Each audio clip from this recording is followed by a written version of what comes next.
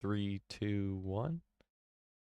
Welcome, everybody, to the Boom Bap Bros podcast. This is our second live episode for episode number 18, and we're excited to be back with a couple of really cool album reviews and a live reaction to the latest Dreamville Yeah. mixtape that just surprisingly dropped here on a Thursday afternoon as we're going live. So, yeah, my name is Pat G, and I've got my brother Yeah. Alec here. What's going on, Al? How's it going? Nothing much. I'm excited to talk about these albums and didn't even see this Dreamville one coming. Only got announced like a couple days ago. Yeah, and it's a pleasant surprise, of course. I mean, let's go ahead and take a look at the cover here as we're just, gonna be showing off how cool this surprise drop has been. It's Yeah. nice that were able to get some more music from Dreamville after the classic that was Revenge of the Dreamers 3. That one Yeah. did a lot for all those people's careers too. So In my opinion, one of the best double albums I've listened to, and one of the best like label projects I've listened to as a whole like that. definitely agree. And this is a pretty cool cover as well. They've had a digital artist put this Yeah, together. it totally looks like a movie poster. I love it with the explosions and like, is that a helicopter in the background? What's that? Oh no, is that an X-Wing? No, I think that's in like a old school Oh, it's like an old like, fighter. helicopter. Yeah, like Either way, I dig it. yeah, it's pretty dope. I mean, they're in the middle of a war zone, and Gangsta Grills is a really cool collaboration for them to Yeah. go in on this with. That's a pretty classic from the Mhm. era of Lil Wayne and those mixtape days that a lot of people will know, but newer hip hop fans will also know from the latest Tyler the Creator album, Call Me If You Yeah. Get Lost. Yeah, was a great addition to that last year. So, and from what we've heard so far from this, he sounded cool on here too. Yeah, we will see how much more Gangsta Grills is, incorporated throughout this one. I haven't, well, neither of us have gotten the chance to listen to much of it yet because we have been just at the very beginning of when it came out here. It's currently at our time here, 6:49 p.m. in the afternoon Central, 7:49 in Eastern time, and it drops 7 p.m. Eastern Yeah. time. And so it's it just come out here. You can see on Genius as we are navigating it. So yeah, the people that got it like right when it came out are finishing it right about now. Yep. And so that's pretty cool. There are some shorter tracks, but there's 15 on here, and we get a lot of different features and collaborations. And which was the last one that we were able to listen to there? Hair Salon? Yeah, I think so. Yeah. Yeah. Which one here is Freedom of Speech? That one's just a J. Cole track. And DJ Drama's on here. Okay. So Oh, wait, nice. King Cole? Okay. Oh. So I'm really excited to get to that one, but That's a shout out to the old nicknames. It's yeah, I like the- know, I know. So this is going to be a really fun listen through once we get through it all the way. Yeah, 14 new tracks, and I was surprised we got Heaven's EP on here. I was happy to get that on streaming now because when that so came let's out, take a that was look at fun. this. 3 days before embarking on the off-season tour, J. Cole randomly dropped a music video for Heaven's EP. It was a YouTube exclusive before this, but it's using the same beat Yeah. as Drake's Pipe Down, Yeah, which had that's dropped what a it few was. weeks earlier. And so Cole speaks on his contemporaries' common comparisons, self-doubts, and overall mindset as an aging rapper.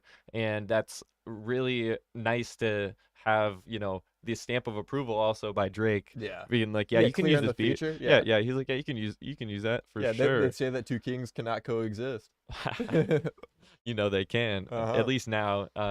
We'll get on to that later, but I think the era of being a hater and being bitter at not only different generations of rap, but even like other contemporary rappers is so over with. Like it's all Yeah. it's all got to be about collaboration and love and trying to uplift one another and uplift the art.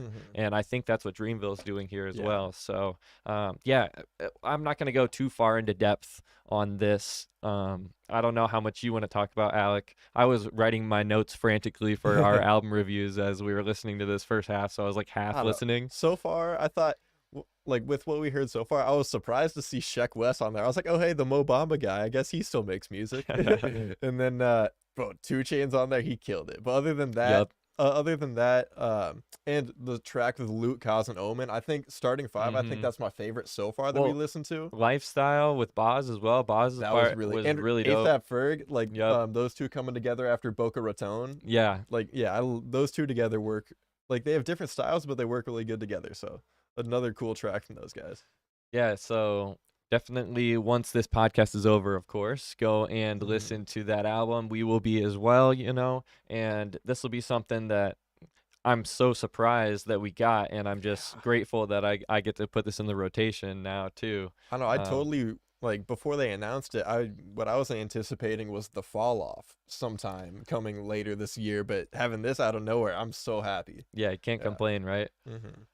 We have quite a bit of other things to talk about here at the beginning of the show. We sort of just jumped right Yeah. into one of our main topics here, breaking news. Have to jump right on it while it's popping here. But I wanted to first announce a couple of things that have to deal with what I'm doing out here in the Quad Cities, Iowa and Illinois. That's where we're based out of, and where my company Living Color Media is also planning an event. So I'm really Oh. happy to announce that Quad City Raps Show is coming out on April 29th, 2022 to Skylark in Rock Island, Illinois. And we are doing our very first show, organizing a group of really talented artists. And we'll be doing a lot of promo and things like that, announcing different things like what merchandise will be there available exclusively to purchase, what other artists and things like that, special guests that we have Yeah. planned coming up. Might even get a food truck to come out. You Oh, know what I nice. mean?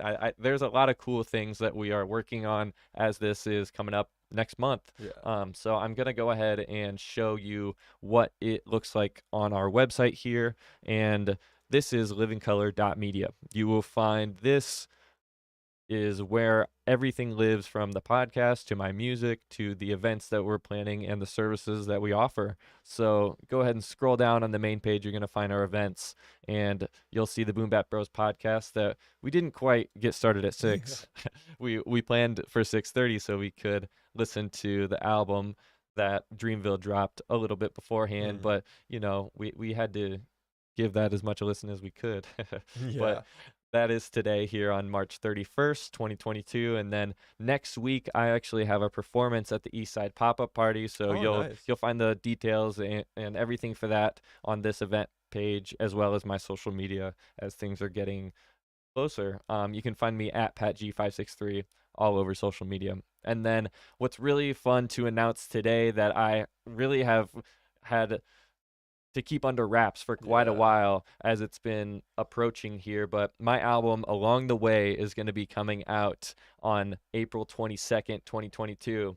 And that'll be available with merchandise packages as well as physical CDs. Would hope to Oh, get that's some dope. vinyls here going eventually. So if the interest is there, we could definitely get some vinyl albums pressed.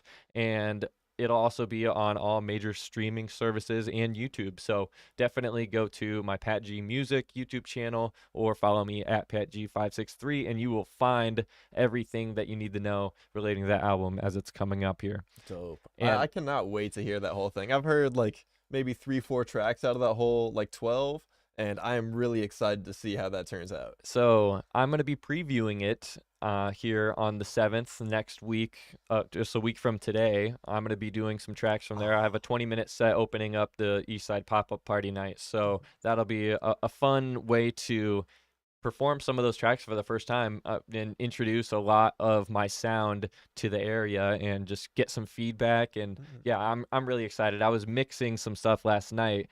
Still got to get Okay. that you know uh, actually submitted. So Yeah. I'm doing those final touches, and just a couple of the changes and really cinematic aspects I'm trying to add to it. Like I'm happy how it's coming out, and I think Sweet. people will really enjoy it, and want to go back to it and pick up more of what I'm saying afterwards. I feel like with the different albums we review on Hmm. here, repeat listen throughs really helps you out, Oh yeah. and that's what I want to learn from what we've been reviewing here on this Mhm. podcast, and continue to innovate and get some better music out there representing the Quad Cities. So yeah, that is before just a week before Quad City Rap show in Skylark, and you can find all the details there as well as tickets on our website, which is really awesome. I was able to get the poster put up here, Mm-hmm. and you can find they're $10 tickets. BYOB at the door is also $10. Information's here, and you can go ahead and buy those on the store. And it's as simple as that. If you want to come out to the show, definitely get a ticket either through the website or eventbrite.com, and we will get you hooked up and entered into the show. So I'm really excited because I'm going to be performing pretty much the whole album front to back. All tight. Yeah, and we'll see if I do some extended versions or things differently from actually how they are Okay. available on the LP. I'm excited to get some performance mixes put together and just have a lot of fun with it Yeah. as I've got a lot of stage time there at the show as I'm organizing it. So yeah, it should be a fun time. And you want to go ahead and talk about our podcast hiatus, Al, and just give a little Mm-hmm. brief idea for the people of where you'll be while we're not having any new podcast Mm-hmm. episodes in April? Yeah, so we'll be off for that whole month. I'll be gone for about 3 weeks. I'm taking a vacation out to Europe. I'll be seeing my girlfriend, and so that should be a really exciting time. Like A second first time, for you, well, definitely. Second time leaving second time the ever leaving country. the country. Thankfully, I didn't have to like get a passport, so because we already had that taken care of. But yeah, should be really cool checking out Wales, England, Scotland, all that, and I maybe Ireland too. And I think we're going to the Netherlands for a little bit. We got because it's like like once you're in Europe, it's like super cheap flights all across there, so we have a Wow. little bit of time there too. So that's gonna be a super fun time, crazy experience. I've never been to that continent before, so I'm gonna take so many pictures, and it should be a great time. There you go. Yeah, you'll have a Yeah. lot to do out there. It should be really fun for you. I'm Hmm. excited to talk to you once you get back and hear about your experiences and Yeah. everything. So we And it was funny. I was looking at it. I think Earl Sweatshirt's gonna be over in Europe, but he's getting over there after I'm back home. Man, so if you could have caught a rap show out there, it would have changed the game Yeah. because the crowd would have been probably so much different than Oh yeah. anything we're used to over Hmm. here. At least the reception and things like that. So, yeah, I would be just really interested to hear that experience, but maybe next time. Yeah. Well, yeah. Once we're back on May 5th for our 19th episode, then I'll probably have a review or something like that on there. Yeah, that would be Hmm. great. And our 1 year anniversary for the podcast is actually coming up the following week there on May 19th. And so that's episode 20. So you can go ahead and stay tuned for those next episodes of the Boom Bap Bros podcast. So I think what else do we have to talk about here at the top of the show, Al? Not too much. Anything we need to recap and get into that we haven't been covering recently? No, before we get into the some of the news of the last week, we've got some recent releases. Lil Durk, who we kind of speculated about Mm-hmm. reviewing his album on a couple episodes. I listened through it. You never got to it because it's not really your cup of tea. Well, after your review, it Yeah, you really, read through my thoughts on yeah, there. it really made me like not to read a book by its cover, but it made me your opinion is Hmm. valuable to me. So it made me think twice about wanting to spend that time listening to it when I could be working on my music or organizing a show to put Yeah. together. There's so much other Yeah, stuff you're I just could like, be doing. I've got better ways to spend 45 minutes. Exactly. Yeah. And I'm sort of glad I did, but sort of tell us why um, you didn't really vibe with it completely Yeah. throughout. All right, I'll do a little track by track here. I'll just kind of go through them quick because, like, there's not really too much depth. It's just like pop Yeah. rap, Mm-hmm. Like started from, thought it was kind of mid. Head taps, it's okay. Aha, that was a single that came out Okay. beforehand, and in there he's saying speaking facts. This ain't a diss. That's a whole diss track against NBA YoungBoy because there was a lot of stuff going back and forth between those two since King Von and his death, and like Hmm. a lot of stuff about just threatening violence and stuff. And like I haven't gotten into it because it's just so much negative energy, Yeah, and I don't blame you. I wouldn't I want think to it's be a just part so of rap beef. unnecessary, and it's just not what we're going to like. it's really like we were kind of teasing it earlier. Like there's the people that are going towards the collaboration, and then there's still some of this where it's like the negativity and the tearing each other down. Yeah, it's not worth it. I mean, that energy could be used better in so many other places, you know? Yeah, and like this, it's like not such a bad song. Like it's kind of catchy, but I thought it was a bit little pumpish at times. Oh no. Yeah, which is kind of and yeah, just the internet beefing and negativity. Not a fan of. The next one, "Shootout at My Crib," I believe that was another single. That one I can say that's a banger. Okay. Like it, but it had some bad themes in it. One of the lyrics I pulled out, Lil Durk saying it smelled like perk and leans when I fart. What? Why would he share that? What is the purpose of I saying don't know. that? Hey, so they wanted a drug dealer, then they wanted a dancer, now they don't want a drug addict, you know? Facts. Okay. You know? So I don't remember what song that's from, but that's a lyric from something. that's Saba. Oh yeah, it's Saba. Yeah. Yep. Uh, man, the prophet speaks. Okay. Yeah, so after Shootout at My Crib, little iffy on the themes, but counts as a banger. It might end up in my playlist.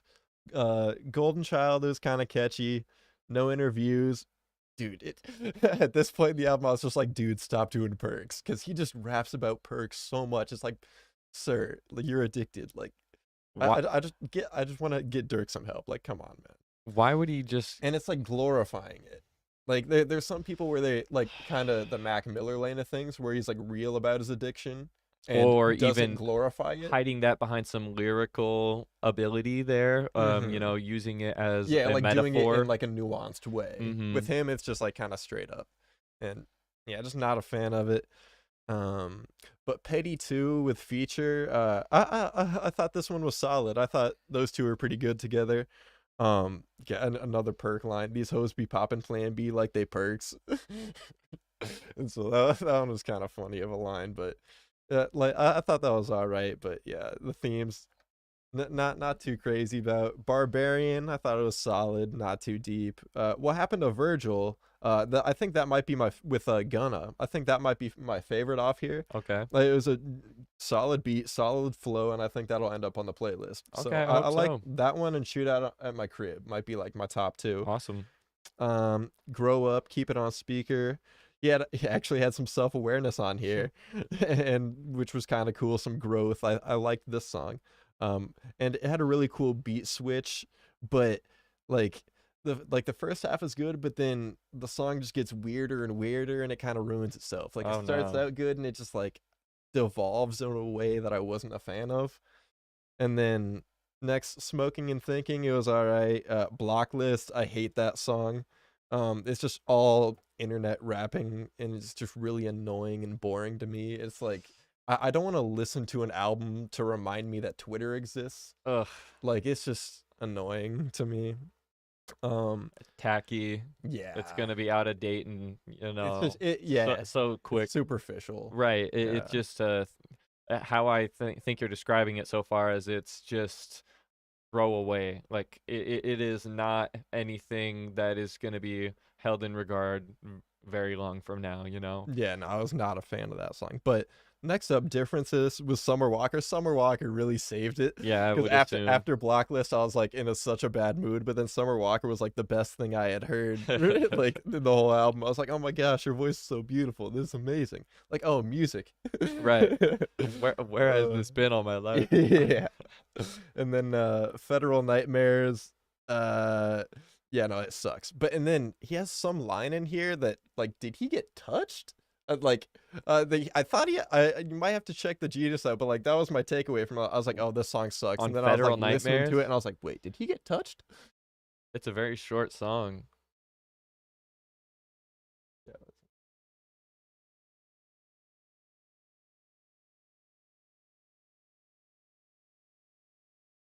I might.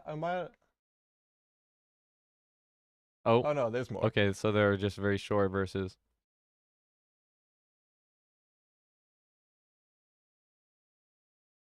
It might be on the end. I'm still thirsty for perks. Oh my god. Yeah. See, it's all the way through this album. The perk- evidence is Like clear. you can't go like 2-3 I songs. popped a without- pill in one day and thought about a suicide. So stop taking the pills. Oh yeah, no, there it is. As a lady, a As a grown. kid, grown lady tried to rub me. Oh no. Yeah, I see my niece and tell yeah, her. I saw that in there. I was like, "Wait, huh?" Oh no. Well, he didn't even go into depth about it. He didn't No, it was just unpack one that. line. He did not unpack No, that I at was just all. like listening to it. I was like, "Damn, this song sucks," and I was like, "Wait, what did he say?" He just didn't elaborate on it. Just kept going. But yeah. From there, um, Ugh. yeah, the beginning of Love Dior Banks is like kind of sweet, and then the rest is just like, all right. It's got a cool guitar. Pissed Me Off is okay. And And Broadway Girls is I the couldn't. radio track out of this, and Morgan I Wallen shouldn't be on this, but dog. I think it's a grab at his demographic and his reach too. But I could like overall, I'm sad that this exists. no. I haven't heard this song. Like when I was listening to the album, I got like 5 seconds in, and I was like, no, I can't. I just turned it off, and I was like, okay, album's done. I heard that I was It like, I doesn't can't. exist. Like Morgan Wallen like started. I was like, no, I can't. Like no. So yeah, there's some songs in there that I like, but really as a project, Dirk disappointed me. I thought this was pretty crappy.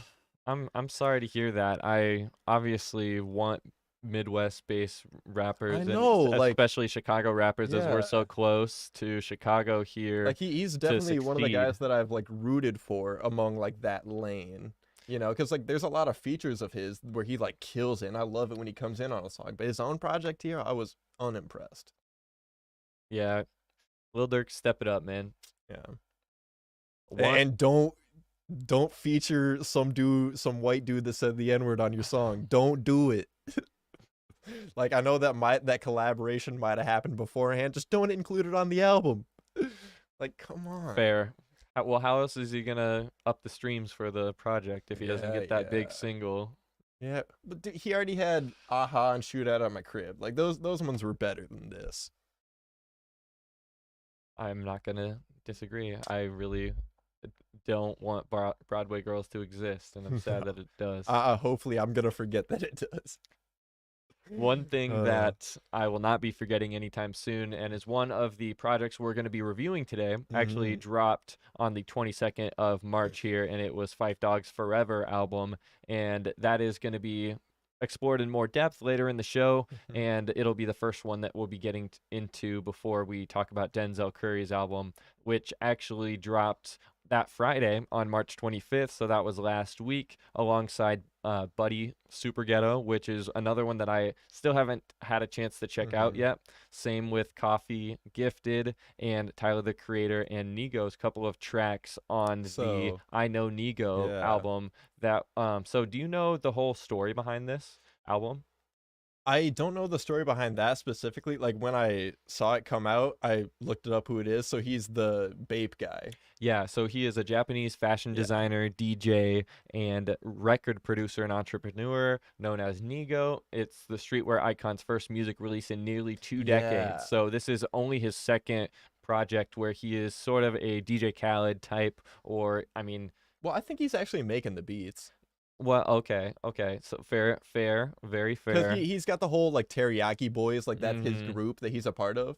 So Got it. I don't know how often they've released, but when I was looking at the stuff that he has like toured with them and stuff. Got it. Mm. And I really enjoyed all of the different artists that we see on here. I'm just Hmm. excited to listen to it, honestly, Yeah, I because it's got a only really cool feel of who they were able to uh-huh. get together. Even though Pop Smoke is on here posthumously as well. R.I.P. Hmm. Hopefully they like actually met in person. It wasn't just like get the rights to it type thing, you know. Yeah, because you always hate to see artists after their untimely demise be used by record labels. Yeah. Sad to see, but one thing that I was happy to see as well is another collaboration between ASAP Rocky and Tyler the Yes. Creator.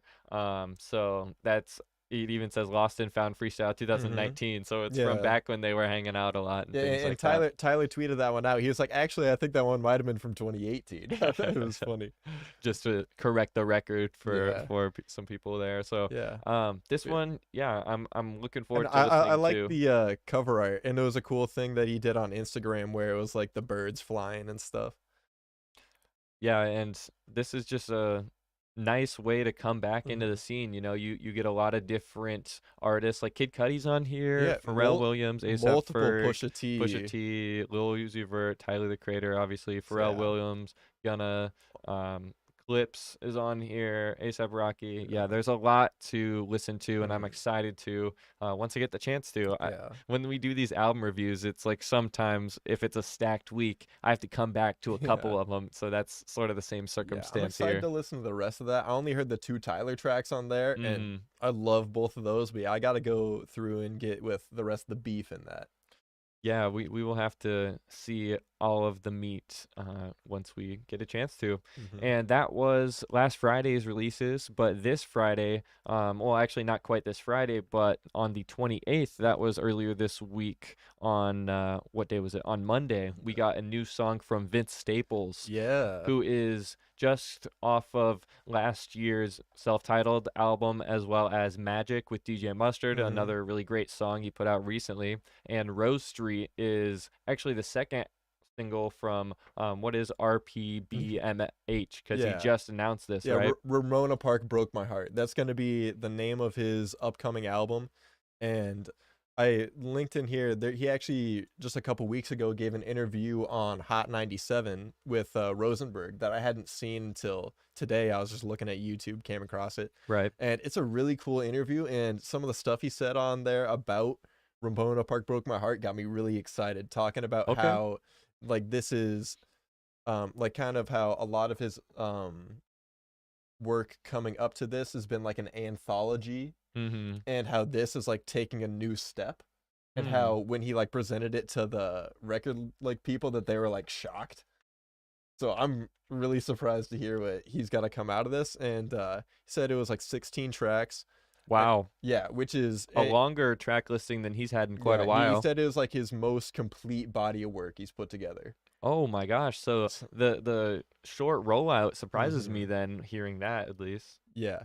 And apparently it's supposed to be coming out around Coachella, but he didn't say a specific date. So I saw But here it was expected, um, what does this say? Due to officially drop on April 8th. I don't know that's if a that's week. um in Rose Street. Vince has an Or unconventional wait, perspective of love, where actually, that his might be loyalty true. to his gang ties take precedence over any woman. I gotta So check Vince's Instagram.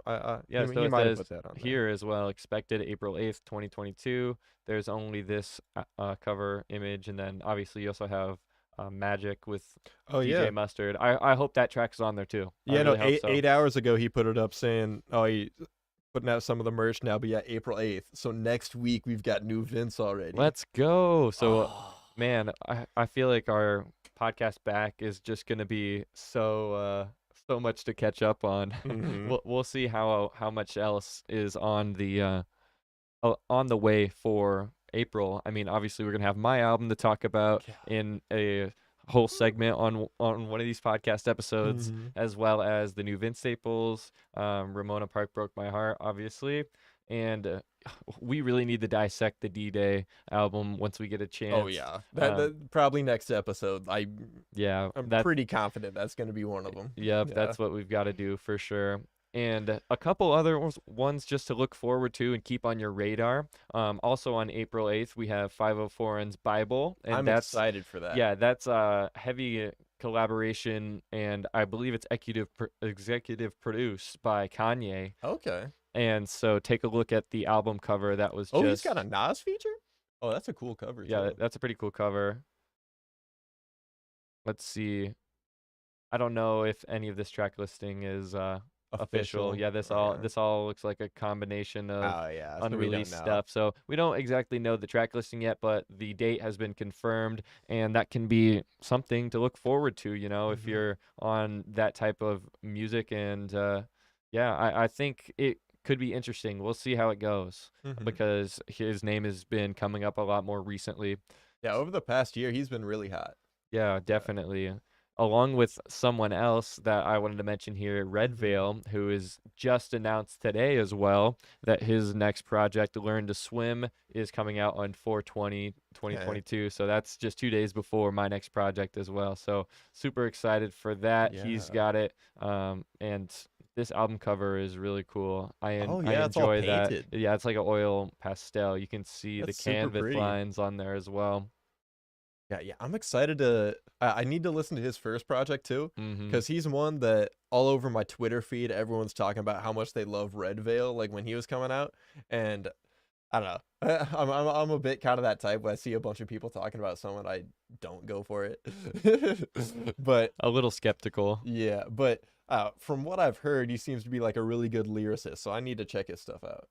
Yeah, I enjoyed his first project, Niagara, quite a bit, and he's keeping that water theme going with Learn to Swim, so we'll Hmm. see how that goes. And I'm optimistic, and I think that cover really gives you a cool vibe, and I'm expecting some really interesting music from him as well as an up and coming independent artist. So yeah, you can also look forward to Pat G along the way 2 days later for 2222. Hmm. For a couple of news stories we have to mention here, I wanted to follow up on the Batman because we both Hmm. really enjoyed seeing that movie. I've seen it twice, but have you had a chance to go back and see it again? Uh, no, I don't. I haven't had. So You're gonna I have would to. like to. You're gonna have to, Cause man. gosh. Maybe when you're out in Europe there, you can be inspired Ooh, I by would love. I you know how it was shot in Glasgow? Oh, Part of it it was? was. Yeah. Well, I heard they did a few different cities. I didn't know one of them was Glasgow. Yeah, that they were out in Europe as well as in America. I mean, if you watch the credits of the film, you can Oh see yeah. where they filmed at. That could be definitely something to Gosh. check out in a theater I don't, near and you. like the the whole week after that came out, I was just nerding out to torrents about Batman stuff. So Well, if I could drag her to it, if we have a free day, that would be sweet. it's the best take on that character, and Like comics, like I feel like it's so comics accurate, you know? yeah, for the most part, but it does have a couple of discrepancies that I Yeah. enjoyed. And we'll see how it develops. But there's actually something that was planned to be included in this movie, and one of my major gripes with the movie, that I sort of now feel better about, Hmm. actually, after the fact, knowing about this deleted scene, Okay. was the inclusion of drum roll for spoilers here. Spoiler warning. Dun dun No, dun. no turning back. Womp womp. So skip ahead if you are not going to want to have this spoiled for you. The Joker is in the movie and was cut out from this scene here. Very akin to the scene where he is going Oh to dang. see, This is a long clip. I was just yeah, surprised. very akin to where he was going to see the Riddler in the prison. So I'm Yeah, because going like to what we see of him in the movie is just like we barely see his face from behind these bars. Like you can't really tell. Yep, I'm not going to show the whole clip here. We can listen to part of it, but I'm gonna skip through it here. But you can see the same place where we Hmm. can assume this is Arkham Asylum. He saw the Riddler and questioned him and got some answers. We don't know exactly when this would have fit in the movie for as far as the scene wise, but the actor Barry Keoghan, I believe that's how you pronounce his name, is Sure. playing the Joker here, and he gives a very interesting perspective and take on the character. I'm going to, as to not get clapped here by Warner Bros. I am going to show you Yeah, because off the I haven't screen. seen this yet. You are victors.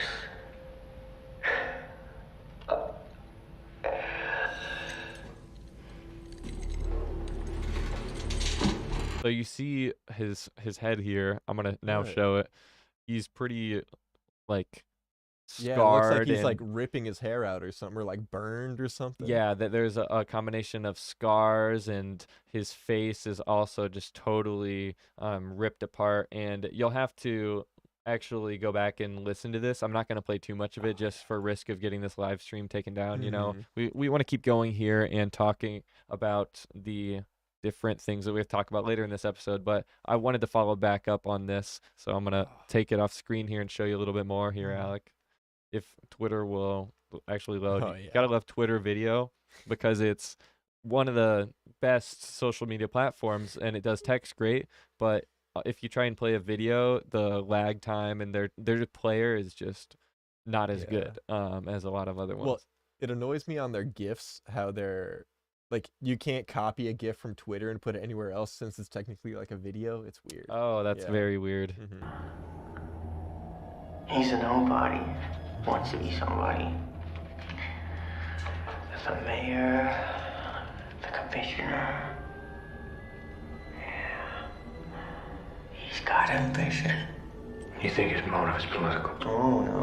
So they're talking about plot details of the movie. Yeah. And he's questioning him for advice on the case. So you can presume from this altercation actually happening that in the canon of this version of his character, and from the scene that we saw him in the movie, obviously you can put this together, that he's already defeated the Joker and put him behind bars once. Yeah. They have already met and have an established relationship from that first year to year and a half, 2 years that Batman has been around. So yeah, you definitely got to go back and watch this. That's I'm not super gonna cool. risk it, honestly, with the live stream. Yeah. But yeah, I'm really happy that we got that, and it gives way more context to that Mhm. scene in the movie as well, because you 'cause- see the Riddler and the Joker in Arkham together talking after the Riddler was captured towards the end of the film, and it was sort of pushed in there. I felt like it didn't need to be there, but I'm glad it was just like a small inclusion. It like this could have given it more context, but it being a deleted scene also lets you have media about it and talk about it after the words, keep the film in your conversation. So I don't think it's an accident that this was shared either. It was 'cause, purposeful. like when everything I've seen since the movie has came out is basically like universal praise, except for like that one scene. Yeah, because it just didn't match And- everything else. Dang, I feel like if they would have had that in there, people wouldn't have been as mad as that. But maybe from the studio perspective, maybe they were thinking that was shoehorning the Joker too much for the first movie. Yeah, don't know. I'm not sure if I would have preferred it. I think if they would have done sort of, you know how dramatic that lead up was when they first Yeah. showed him, if they would have done that with this, which they still sort of do if you go back and watch that scene, that whole 5 minutes of it, and because you never really get a good square look at him. Okay, it's all like from the side and the back and everything. Yep. So if Yeah. they would have, done this way earlier in the film and then not talked about it at all, pretty much ignored it because Batman doesn't care about that. He's working on the Yeah, current he's doing other case, stuff. and then have that scene at the end, I think that would have been a good it would have idea. worked. Yeah. Yeah, I actually think I agree with you. I think it would have But worked. I don't know. Maybe in a 3-hour movie, they had a lot of stuff to cut.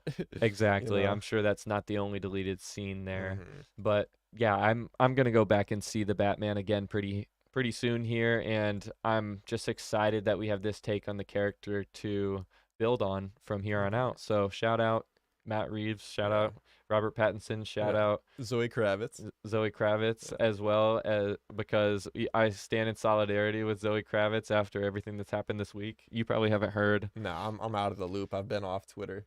Yeah, and we'll get into that here pretty soon. But shout out Barry Keoghan as well, who played the Joker there. Really cool take on the character as well. And I think Matt Reeves is getting the best version of DC heroes and villains, obviously. Mostly villains. I think that's what he's focusing on. Not really any other heroes other than Batman. Let's cross our fingers about Robin. However, we'll see that. If we can get a good Robin, it's been. When was the last time we had a good on-screen Robin? The George Clooney movie, and that was just meh. I mean, a good. Never. Well, who is even like the Adam West Robin? Like that was OG Robin. I love that Robin. Yeah, I guess, but he was still like a lousy slapstick sidekick. You Hey. know, we need an actual partner in crime. Hey, bringing there's the a bat, place for goofy Batman and Robin. bringing the bat out of the dark. You know, Yeah. that's what Robin is meant to do, and I hope that we see that in future iterations of this version of Gotham City. So. That's enough talk about the Batman movie. Yeah. I just wanted to follow up on that because it was too cool not to share because you hadn't seen it yet. Yeah, And so that's super dope. yeah, it's really nice that they shot that scene. Next up is a funny story that I wanted to include here about Joyner Lucas, who actually went on a tirade of weird proportions on Twitter, and then said that he was hacked, and he included dissing MGK here, along a lot of other things that he said. And we'll go ahead and look at this here. Joyner Lucas said, someone said, don't bring out the rap devil. Man, listen, LOL, what my brother Marshall did to this dude, Machine Gun Kelly, is light compared to what's waiting if you want to walk down that street with me. Ain't nobody worried about a dude who paints his nails. Fuck out of here. Then you got his goofy dude headlining SMH Houseway. Why has he got a black tongue? This is a cringy image. You're right. But Joyner Lucas is also just odd for then following this up with, them damn Russian hackers done hacked my phone yesterday. SMH. The day afterwards. I don't know.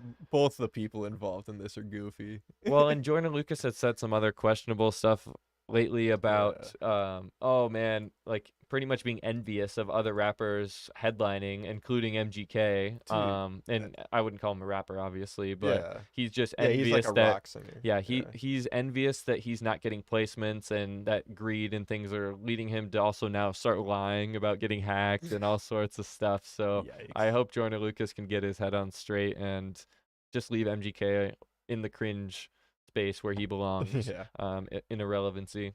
And also though, kind of dissing him on having nail polish a little bit. Don't like that. That's a little bit. I don't like that either. That's pretty close-minded of you, and you need to know that a little bit toxic masculinity right there. Men have painted their nails for thousands of years, and there's nothing wrong with it. It is a way of self-expression. You don't have to agree with it.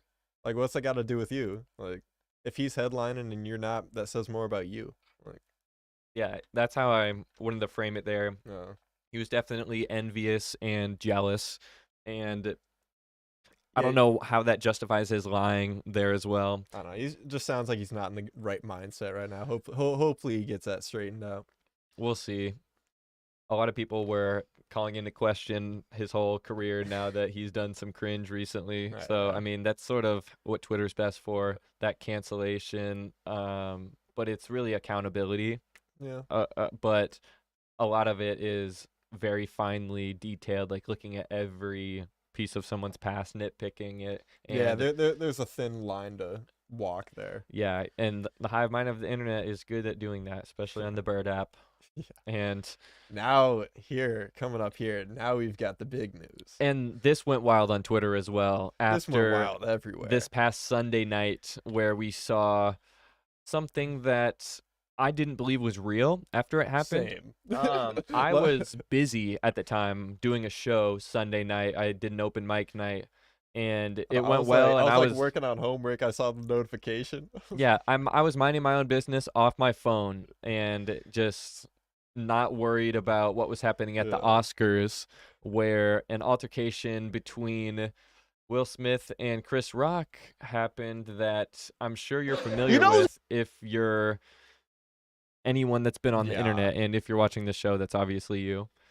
And we will see here the pretty much moments leading up to a very catastrophic moment for Will Smith. Honestly, he acted on impulse for sure, and was rightfully criticized for it now, but at the moment he was applauded. So let's just go ahead and watch it. G.I. Jane 2, can't wait to see it. All right? Jada. Talking to Jada Pinkett Smith, and Will Smith is right there in the front row as well at the Oscars. But you can see this reaction shot right after he said that joke, which was a very mild joke, honestly. Even though it was out of, like, he didn't go, like, over the line, I don't think, but it's kind of whack because she has alopecia. Yeah, and that was a recent news or piece of news that she shared with people, and I'm not sure if Chris Rock was actually aware of that or not, but he could have been. He must have not been aware of that if he made that joke. Well, it could have gone either way. I'm really not sure, and you can see, I mean, from the imagery here, she has shaved her head and is embracing the look actually. And after the joke, Will is laughing, and you can see Jada is not happy. This is before he turns his head and sees that. And let's go ahead and let this play out, and we'll see. G.I. Jane also is, I'm sure, getting searched a lot right yeah. now. So let's actually just look that up. And we can see it's a 97 movie with a lead who has a shaved Oh. head, Demi Moore. And I don't know how popular this movie was because this was the year I was born, but that's a very dated reference as well for Yeah. Chris Rock to be making on the 2022 Oscars. But Yeah, 25-year-old movie Yeah, that that didn't have much cultural impact, I don't think. yeah, and it was offensive, and it was, at least to them, offensive. Let me say that much. So the reaction after people saw Jada's and Chris Rock's also Yeah, reacting. he's just like, what I do? Yeah, exactly. That was a nice one. Okay. I'm out here. Yeah, but then He's trying to move on here. Uh-oh. Richard. yeah. Okay, and now before the camera cuts here, what he's about to react to, we'll see. Yeah, that look at Will his Smith face right walking up. before. Will Smith is walking up to the stage. What's gonna happen? Oh, wow. And he's laughing that whole time all the way up. He doesn't believe you. He's seeing. I need to run it back. Laughing Oh, up wow. until he's not That anymore. good. Wow. Well, he's wearing a lav mic, so Yeah. that was the look at his Will walking away from here, and Chris being so Yeah. surprised, and so the laughter soon turns to silence. Will Smith just smacked the shit out of me. Yeah, that like this whole part is like censored out of the live performance. It was all like dead air here. Oh, so they were Uh-huh. able to cut it in Yeah, time. like starting like right before he starts talking here, you don't hear any of this So this is up until like the ending. Okay, so this Yeah. is the broadcast that oversees in a non-US or not one of the main broadcasts. That's how we're able to get this footage. Keep my wife's name out your fucking mouth. Wow, dude. Yeah, Lupita Nyong'o, she's everyone's She's everyone. reaction. But you hear, oh, like people actually knew he was serious at that moment, and you Yeah. can't say it was staged. You can't say there was anything planned about this. Mhm. I also believe that Chris Rock's joke wasn't planned, from what I've been reading, but normally I thought they would vet those type of things for these big awards shows, but maybe Yeah. a comedian like Chris Rock gets Must up have there. just gone off the top. Yep, and he's just trying to make a funny joke about Jada, and Will Smith isn't having it. Yes. It was a G.I. Jane joke. Keep my wife's name out your fucking mouth. I'm going. Yeah. That is a serious tone. You know he's not kidding, and you can really tell how tense it is in the room from this Mhm. footage. Yeah, and Okay. yeah, from what's came out later is like after this altercation, the Oscars asked him to leave, and he refused. So is that actually? I don't know if that is reputable. Is that true? No, That- yeah, that's been like on the news. No, but is that true? Is that like? Can you back that like? Like I don't remember the exact. Like I saw it on CNN. Like I saw it on like and like NBC News. Like a bunch of different like live television. Wow. Like yeah, they asked him to leave. He refused. He was there for like another hour and then accepted the award for best actor and like had a whole speech. 6 minutes later after this. No, it was like I thought that was like an hour later. I thought he was like way later in the show. I thought it was I'm not sure. shortly afterwards. Gosh, Yeah, I so- didn't watch it. So that's 'cause- why I'm saying we got to be careful with what we say here, Yeah. because I don't want to be spreading false information, Mhm. obviously. I could. Oh, okay. What that- yeah, that face. That's that. I need the soundbite that because his reaction after that crazy altercation is to start laughing and trying to joke it off. But I don't know how I would feel if I was assaulted doing my job. Yeah. That was a greatest night in the history of television. Okay. I don't know how I would continue to go on if I was Chris Rock either. Like I he have he no must have kept it together in some other way. I have no idea how he was able to compartmentalize and go forward. Okay. Yeah. Because that is crazy. And if we are going to talk about the depths of this situation, I want to be very careful here. Mhm. I don't want to condemn anyone because Yeah. Will Smith has apologized. Mhm. It has been, you know, a handful of days now since the incident. It's Thursday. That was on a Sunday. So we are going to look up Will Smith apology here and find his post. Let me find it on Instagram and show it to all of you. So this was The day after after. everything sort of settled down and things were put into perspective for him, I'm sure. And we were that night we witnessed that, and then shortly after, like that night, he won Best Actor, Mhm. the award for his role in the new movie about the Venus and Serena Mhm. Yeah, Williams. King Richard. Yeah, and Yeah. he played the title character of the movie, their father, and it was a great performance that he was able to win an award for finally. But why do you need that recognition when this is gonna overshadow it, in my opinion? But we will see. In his apology here, he's saying violence in all of its forms is poisonous and destructive. My behavior at last night's Academy Awards was unacceptable and inexcusable. Jokes at my expense are a part of the job, but a joke about Jada's medical condition was too much for me to bear, and I reacted emotionally. So he's pretty much uh, under the. He's saying he's like sort of defending himself a little bit here, saying at the moment that's what he thought the joke was about, and was defending his wife. However, right or wrong that might have been. He is publicly apologizing for it, saying to Chris he was out of line and wrong and embarrassed for his actions, and saying it's not who he wants to be. And he's also apologizing to the Academy, producers of the show, everyone there, and the Williams family, and everyone that worked on the King Richard movie as well. But what is crazy that I think we forgot to mention was he got a standing ovation from everyone in attendance Oh there yeah. at when he received his award, Mhm. which is pretty insane if you think about Yeah, that's got to be so awkward. Of like everyone in that room, I can't imagine what that must have been feeling like. it. Well, they were at least in support of him. I mean, how what else can we assume?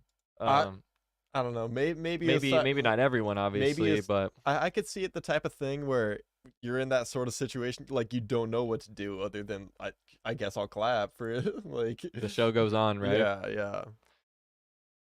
It's But crazy. I am going to share my opinion now that we have sort of come to the end of this issue. Before we, put it into perspective and joke about it and things like that, I want to say first and foremost that violence shouldn't be the answer in a situation like that. There are ways to deal with things with words that will not result in the consequences that we'll probably have to deal with, and the ramifications for that. Who knows what we'll see? I mean, he's one of the most in-demand movie stars of our generation, so Yeah. I don't know if his career is going to come back or not. We will definitely see what his next moves are, and I hope he takes a Yeah. couple of years off, but it's all got to be framed by the Red Table Talk series that his wife Jada has been putting on Facebook Mhm. Watch.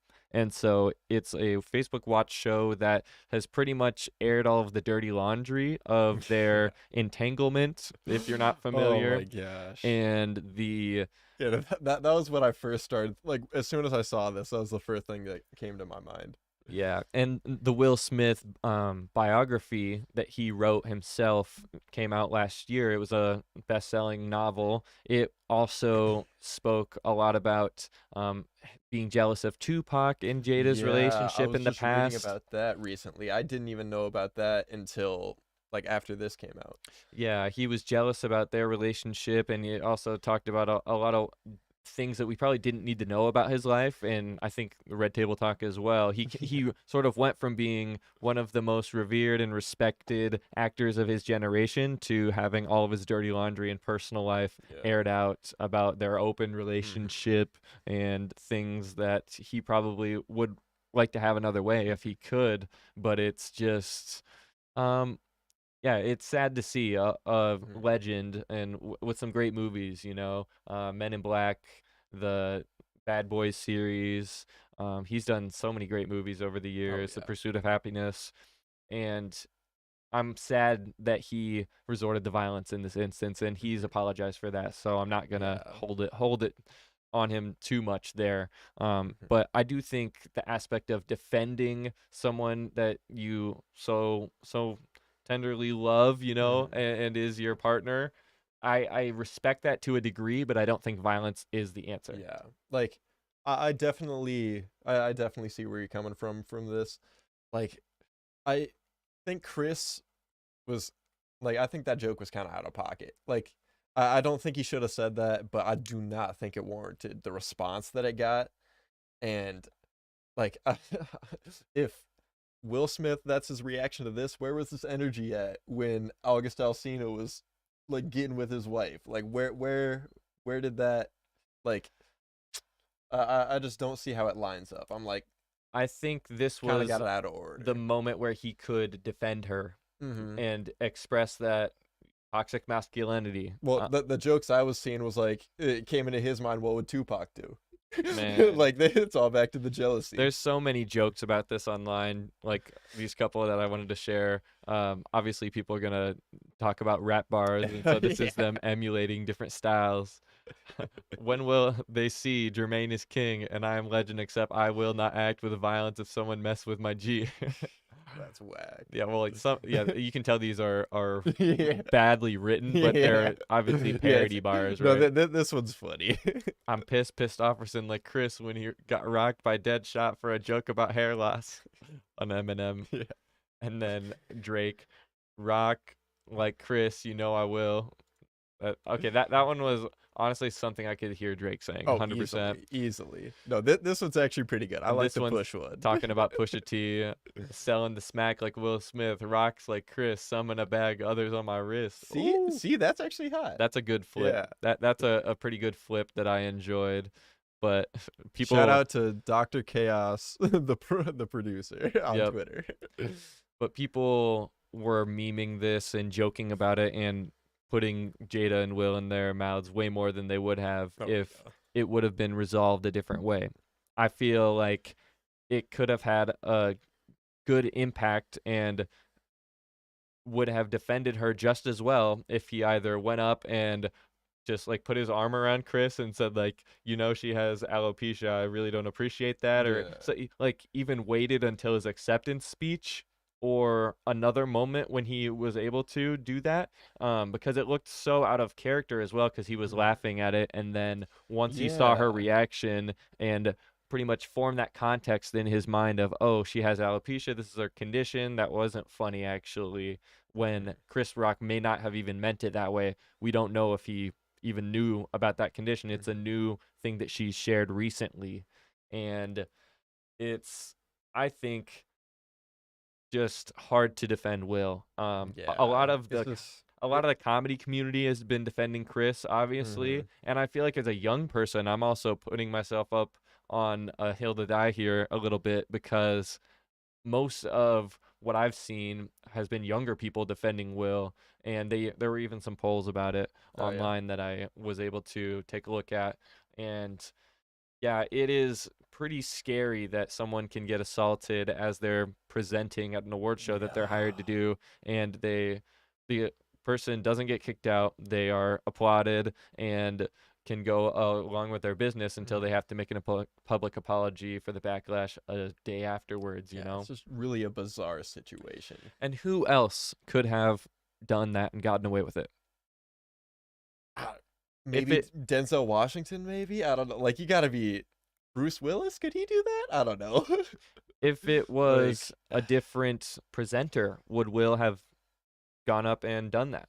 I If don't, it and that's another aspect of it where when it's like black on black violence, they think of it a different way and they kind of don't take it as seriously, yeah, don't think of it as big of a threat or an issue. so Like that's some of the discourse that I've been seeing about it. say it was Ricky Gervais that said that joke and Will went up there and hit him. You don't think right-wing reactionaries would be talking No, they about would he would be canceled like that. Like, by Republicans. They would Yeah. try and cancel him, I feel like. And it's sad that we live in a society, ultimately. That's my conclusion We here, live in a society, and that's what I'm sticking to. man. That's enough of that. Let's get into the albums, man. Yeah, we need some positive vibes, and we need some not only reminiscing on better times and how things were better, but also on the impact that they have on us in a positive way, not a negative way.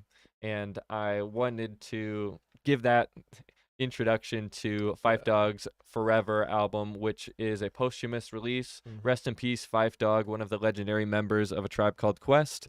And I'm really happy with how this album turned out. I was talking about it months ago when I didn't really see too much chatter about it online. I was pretty much actively looking for answers for when's it coming out, what's the track listing, and we finally started to get that stuff as it was getting closer to the release. And I was not disappointed. I really enjoyed this track, but let's just jump into it with the first one on here. This is Cheryl's Big Son, the intro on Forever by Phife Dawg. So, Al, what do you think on this one as we started to get into this album? Gosh, there was some beautiful singing on here and really cool strings in the background, really like pretty instrumentals. And I feel like that's carried out a lot throughout the rest of the album.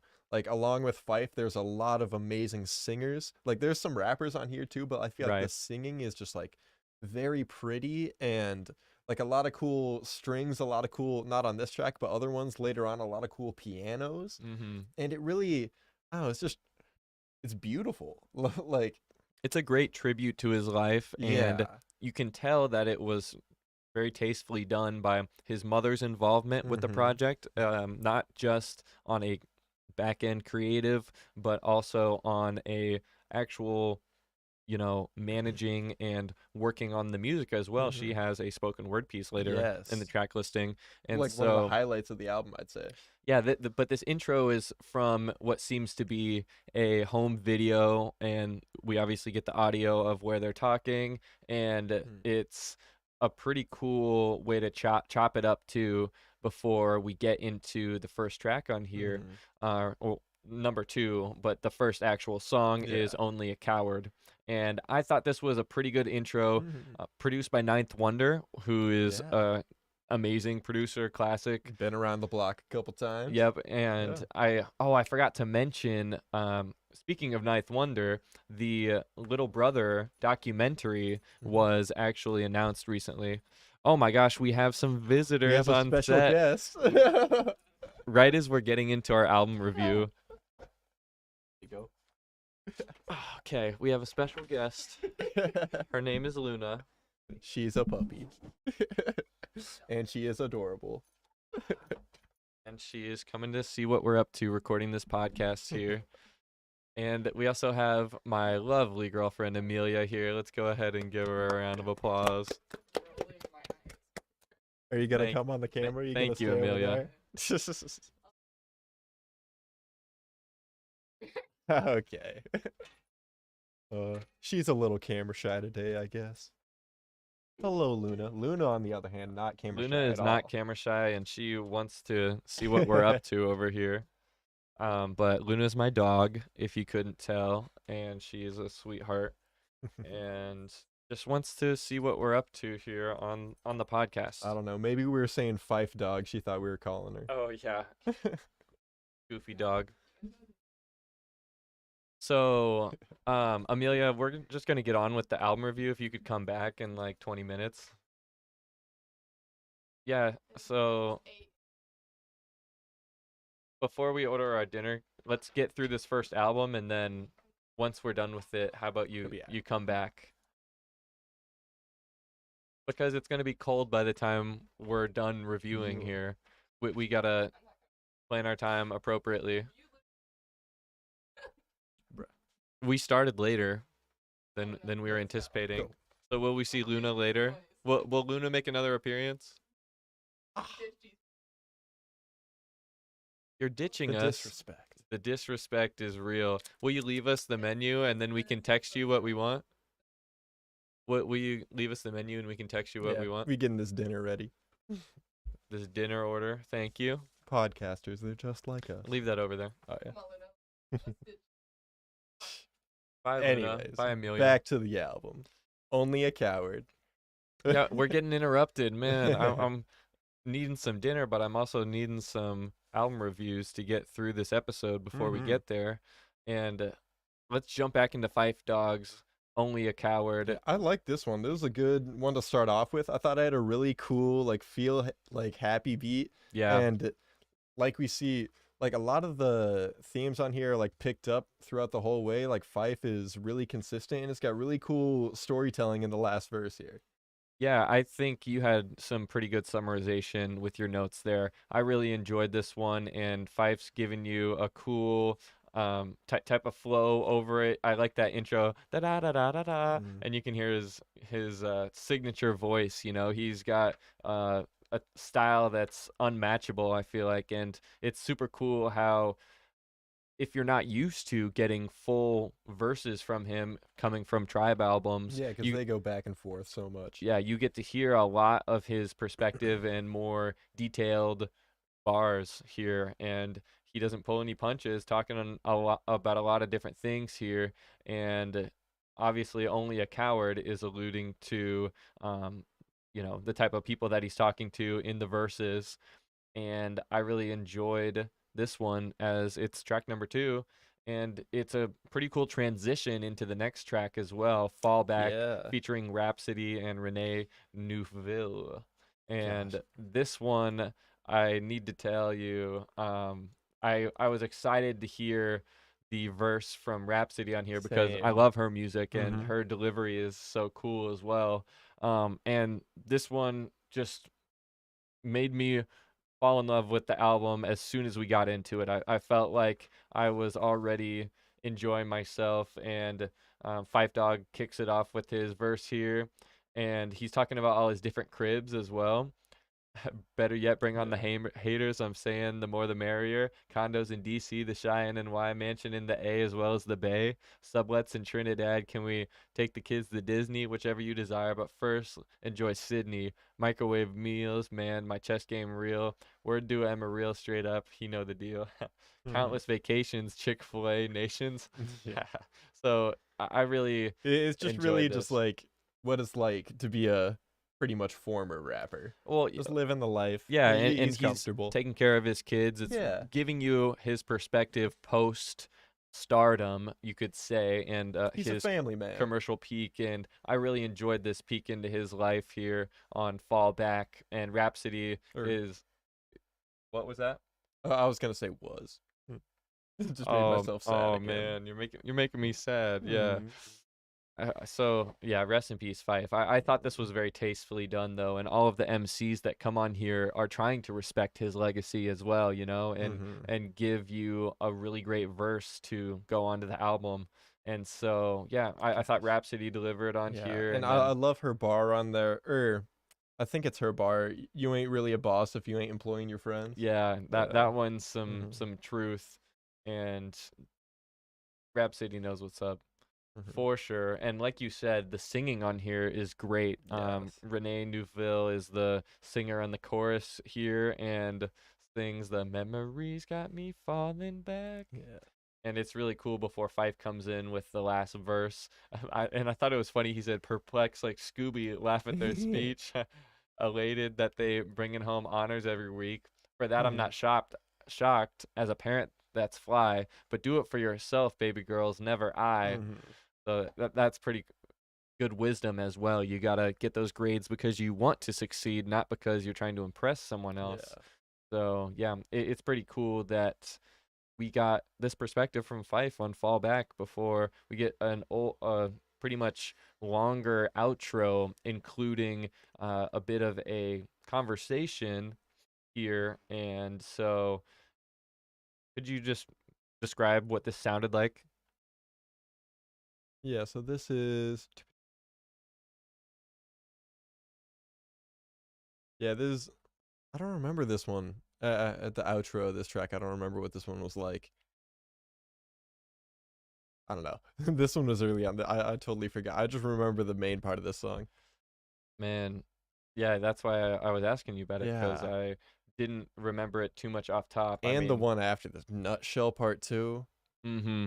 This might be my favorite song off the whole album. This one I is mean, a banger. it's the Click record, right? Yeah. And I thought this was a pretty good one. It's one of the singles off here as well. Mhm. And yeah, it just goes at the top, "Yo, Phife, you doing a remix or what?" Yeah. And then they get the beat riding, and I really enjoyed the lyricism on here as well. So it used a lot of alliteration, but also prefaces in words, so you can see rebirth of the reborn as I rebuild, reconnect with this rebel, redefine a raw skill. And that R alliteration as well as re, and then he switches it up. Phife does here to invulnerable, inviting, invincible, inventive one, which leaves most inviolable. Get involved, invest in these youths, kid, invigorate, induce that old realness. Yeah, he's really doing some pretty cool flows with that rhyme scheme, and I enjoyed that, as Busta does very much the same thing here, going unpredictable, I'm so unfuckwittable. Obviously Busta's voice is just iconic too. Once you hear him on there, you just gotta enjoy it because he's got a classic style, classic voice. And then Busta does the chorus after that, and then introduces Redman as Reggie here. Here's Reggie. And Redman gives a pretty funny verse that I enjoyed. And yeah, I think this Click record pretty much worked as a New York anthem, and it was dope. I liked it quite a bit.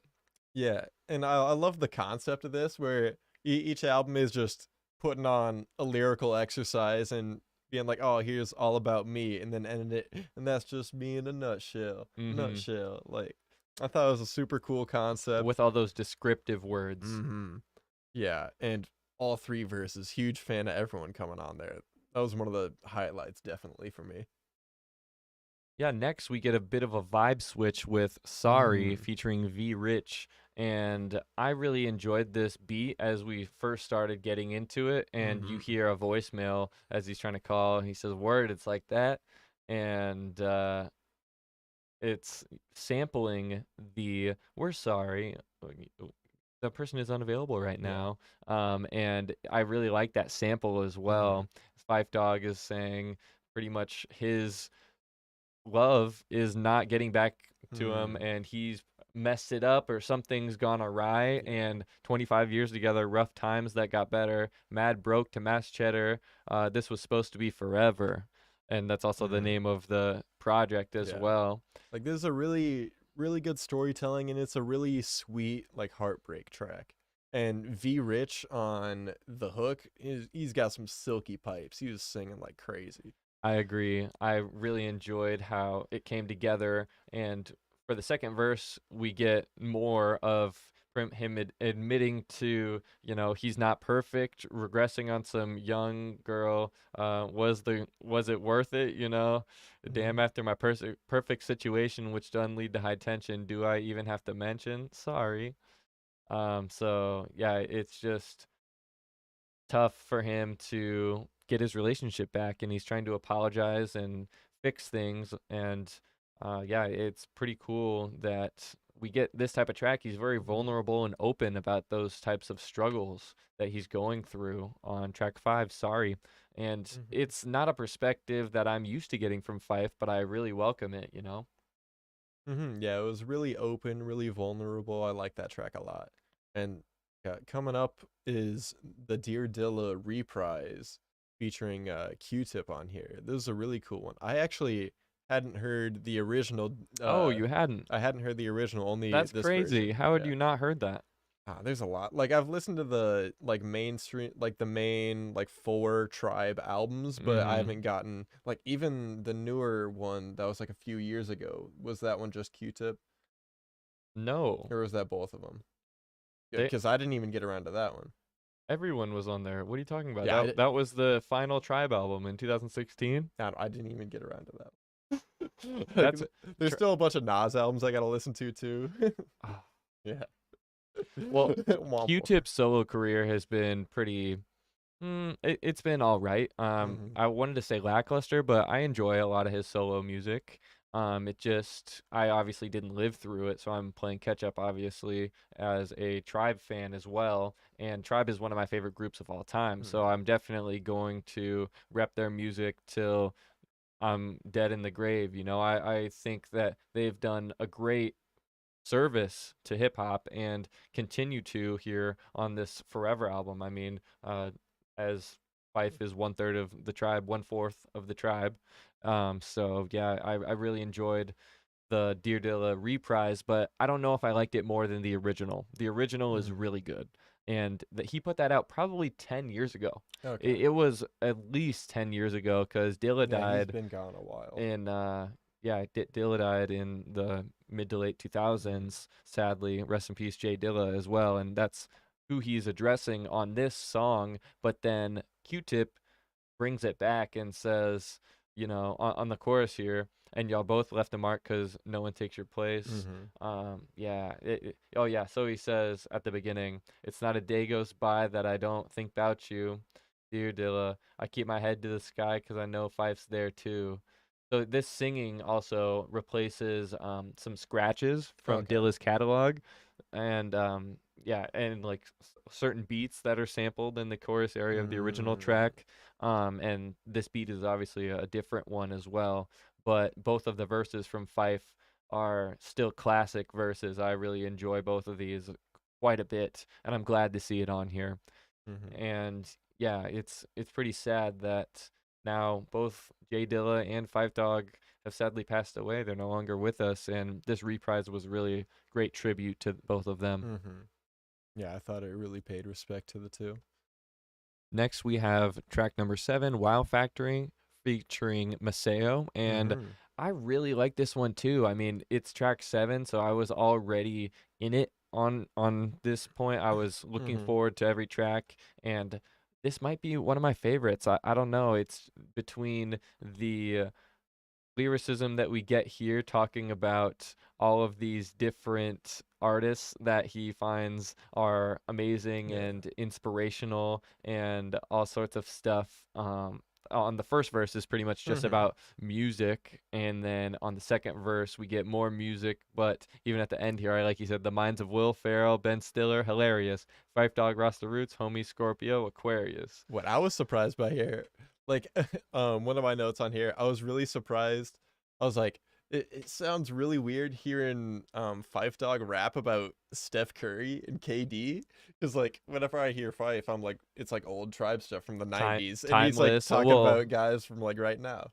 and he's got those older references in his Yeah, music yeah. where you sort of have to educate yourself a little bit if you want to totally know what he's talking about, because Hmm. he is one of those rappers that will talk about pop culture and different things like that. But I Hmm. think in this framework of he's talking about like um we like things that make you say wow, isn't that sort of how he's introducing this one at the top here? So Hmm. I just want to focus on what's good, the things that make me say wow, you know what I mean? And then he's listing all of this stuff. I Hmm. really like that from a writing perspective. He says the Yeah, cockiness of Kanye, the fashion sense of Pharrell, yeah. every party thrown by Diddy, any country, every city. Yeah, so I think this one's dope as well, with most of the features being singing features. Hmm. Maseo does a good compliment to Fife's rapping on this one on Wow Factor as Yeah. well. Yeah, and that was another one where I love the strings and the vocal sample used Mm-hmm. in the beat. Like that was one of my favorite beats off here was Wow Factor. Yeah, overall a really good track Hmm. as we move into number 9, Godsend featuring Dwele. And this was another one of the um well, let's see here. This was here, hold on. Wow Factor. Oh no, we got Residual Curiosities first, Lyric Jones, right? Oh, Yeah. okay. Did I miss that one out on Yeah, our yeah. our track listing? Oh, I got it on here. Yeah. Oh yeah, I just skipped it on my reading here. So yeah, so this one actually came out quite a while back on 2011, Oh and dang. this is a re-release, obviously, of that track. Shout out Lyric Jones. If you don't know, now you know. Definitely check out her project, Closer Than They Appear. I Hmm. really enjoyed that one when it came out in 2020. Hmm. Super quick EP, just a great project that I definitely enjoyed. Little Brother's on there, Vic Oh, Mensa's on okay. there. She's sort of under the wing of Fonte from Little Brother, Oh, under that's cool. the foreign exchange sort of overarching music collective, I guess you could Mhm. say.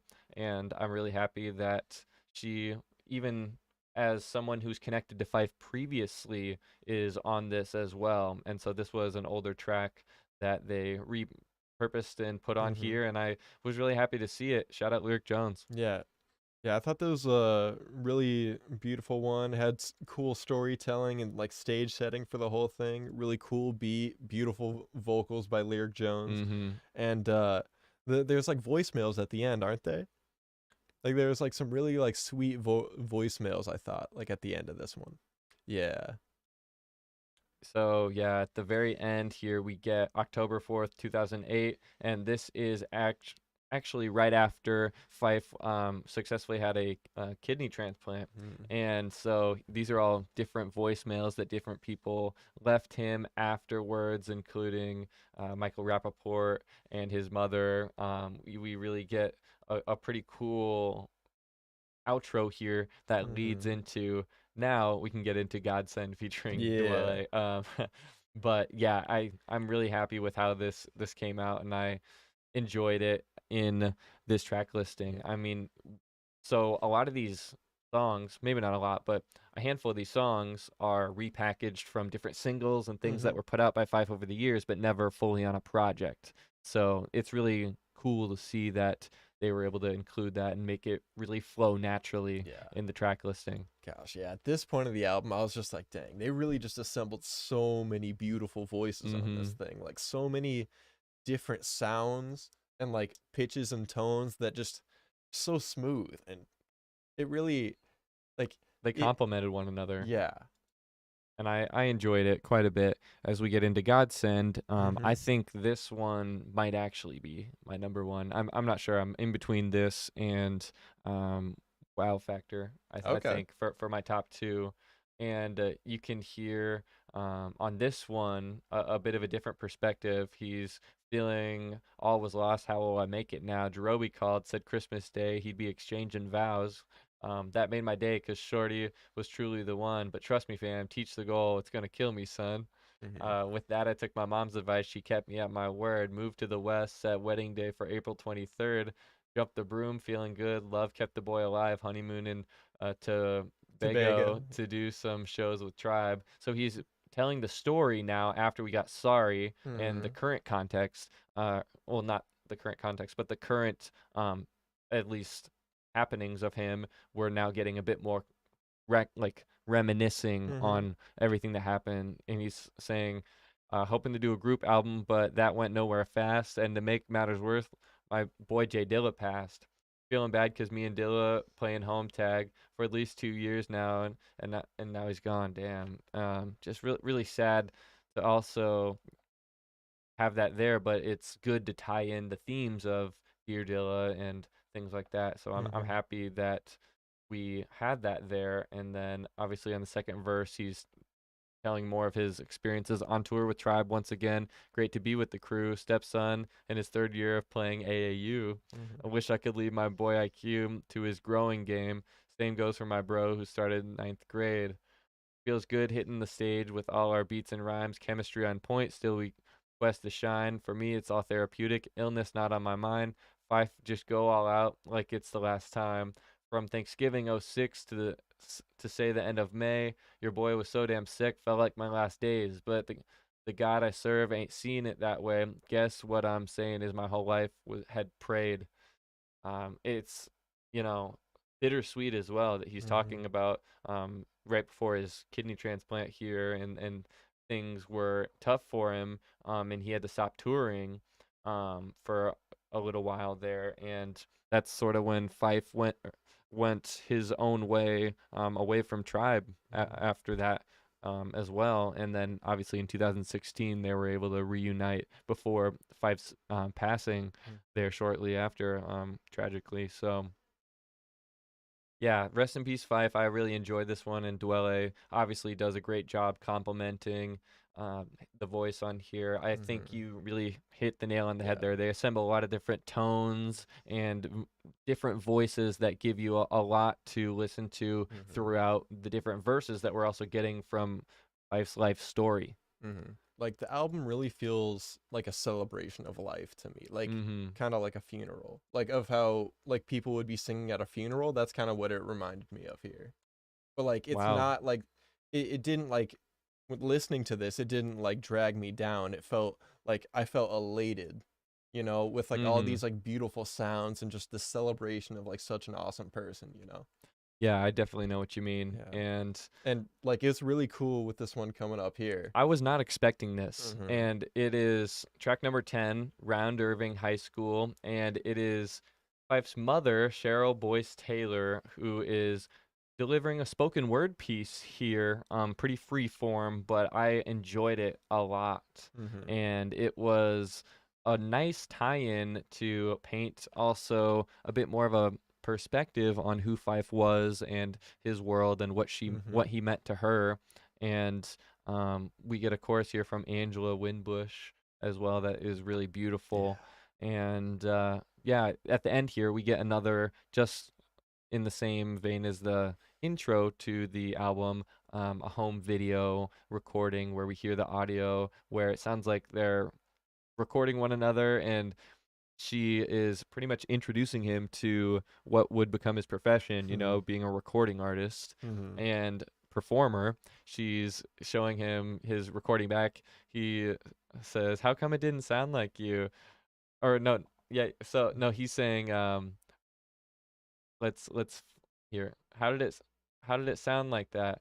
Like Mhm. what? Like you said it's me and you and I heard you and me, but it didn't sound like me though. So like anyone who started to record Yeah. themselves, they're like, my voice doesn't quite sound like I hear Yeah. it in my head. You have to get used to that over time. Mhm. Even as a young kid, Yeah. he's starting to do that. She's asking him, "How come it didn't sound like you?" Huh? He says, "I thought it sounded like you." uh, he said it sounded funny. So yeah, it was a pretty Mhm. sweet way to end that piece Mhm. as well with Yeah. that home video. Yeah, and there's beautiful singing on the hook there, really cool piano in the background of that song, and that's really it. That's the one to cry to on this album. And Hmm. as soon as that one was done, I was like, "Damn, I gotta go hug my mom." I was like, "Oh." It came at a really good point too at track number Mm. 11, or track number 10 there, because we have 11, 12, and 13, three really solid tracks after that. Yeah, And this was another one of the singles from the project French Kiss Toi. this might be either my favorite or like this at least in the top three. Oh Like I wow. loved this song Wow. with Illa J and Redman. Illa J killed it on Yeah, here. Illa J is the younger brother of Jay Dilla, who Mhm. is a producer, rapper, all over entertainer. And if you haven't listened to his music in the past, definitely do so, because I enjoy his music quite a bit. And Mhm. his guest verse on here, yeah, it was really good. Yeah. And then we get on the chorus, there are tag team in that one before Fife comes in and delivers his verse, and then Redman Yeah. makes a second appearance on this project with the third verse on French Kiss Toi. Mhm. And he was really cool on here as well with, well, he was saying type of woman that'll fart in the tub with you. That was that was one of the lyrics I brought She out. not on IG, Facebook, the Twitter. You try to hit her, she'll right hook up. Hey, that's a real one. Hey, if she farting in the tub, you know she real. Like she feel comfortable with you. That's so hilarious. Redman's uh, got some just super funny bars if you're yeah. not familiar with his sort of style he delivers. Redman of the Wu-Tang Clan, obviously. Mhm. So Gotta rep the woo. yes, Gotta. yes, of course. Yeah. And yeah, I mean, I was super happy with how this was going on. And I mean, what do you think about this track? I thought like I really like the hook on here a lot too. It was super catchy hook. Fun to repeat of like like French, like it's all about like being in Montreal, like partying is like kind of the concept of the song. Mm-hmm. And what was the other bar I came out of here? Oh yeah, 5-footer, all on her lips like liquor. I like that one, that 5 foot. That I thought that was a good one. It's got a really smooth beat on here too, and yeah, for sure, one of my faves, if not my favorite, off the whole project. Wow. Yeah. Okay. And that's at track 11, so you Mhm. know the quality is through and through for this. Yeah, it Um, does not miss a beat the entire time through. And as I alluded to them earlier, I'm also going to mention it one more time. The Little Brother documentary, it was actually announced. So Mhm. it's a documentary cataloging their rise and their, entire origin story. You can find a lot of that reading online, Mhm. but it should be a pretty cool documentary. That's cool. And they're featured on track number 12 here, To Live Forever, and featured alongside Darian Brockington and Post or Post Pseudonym, or how do you say that? Posthumous. Posed Yeah, well, I think I'm saying it how you're supposed to pronounce I it, don't but know. you call him Post, but he's Yeah. a great MC. I've had him introduced to me somewhat recently actually, and I thought his verse on here was awesome as well. I don't know why I said this one wasn't in contention for one of my top tracks. It's definitely in the top three, Mhm. probably along with Forever. Like Nice. there are some really great ones that I will probably have as I am re-listening to this, change Mhm. my order of which I like best. But Yeah. yeah. What do you think about this one? I like this one a lot too. I like the bar in there where it's like time with my brother and his time well spent. It reminded me of our doing this a little bit here. Doing the podcast. Yeah, I thought that was nice. And I love how they all came together on this. And like my favorite part on here is Fife's spoken word ending. Like what he's talking about here is everything. It is so important. Yeah, I agree with you. And I mean, you can't discount the bars on this track Oh as yeah. well. It's sort of disappointing that we don't have on the Genius here exactly who's Oh rapping each yeah. verse. Yeah, So they gotta update that. if I had that, I could talk about who said what on here. Maybe somebody can jump on Genius and help us out because Mhm. this is Yeah, if someone's got the IQ high enough to edit it, yeah. yeah. I mean this is a great resource and we enjoy using it for the Mhm. podcast, but sometimes it lets us down, just like in this moment right now. But overall, I think the bars on here are worth dissecting. Mhm. Definitely listen to it yourself. I'm just gonna recommend it before we over describe it and give you too much I because feel you. I think you should definitely take a listen to this album. That's sort of spoiling my overall thoughts. But Mhm. yeah, To Live Forever, and then leading into the last track number 13, Forever, which Mhm. is a really heartfelt and long track from Yeah. Fife. This We was get this a the lot. longest on the whole album? I think this Yep. is. Yep, it Yeah. definitely is.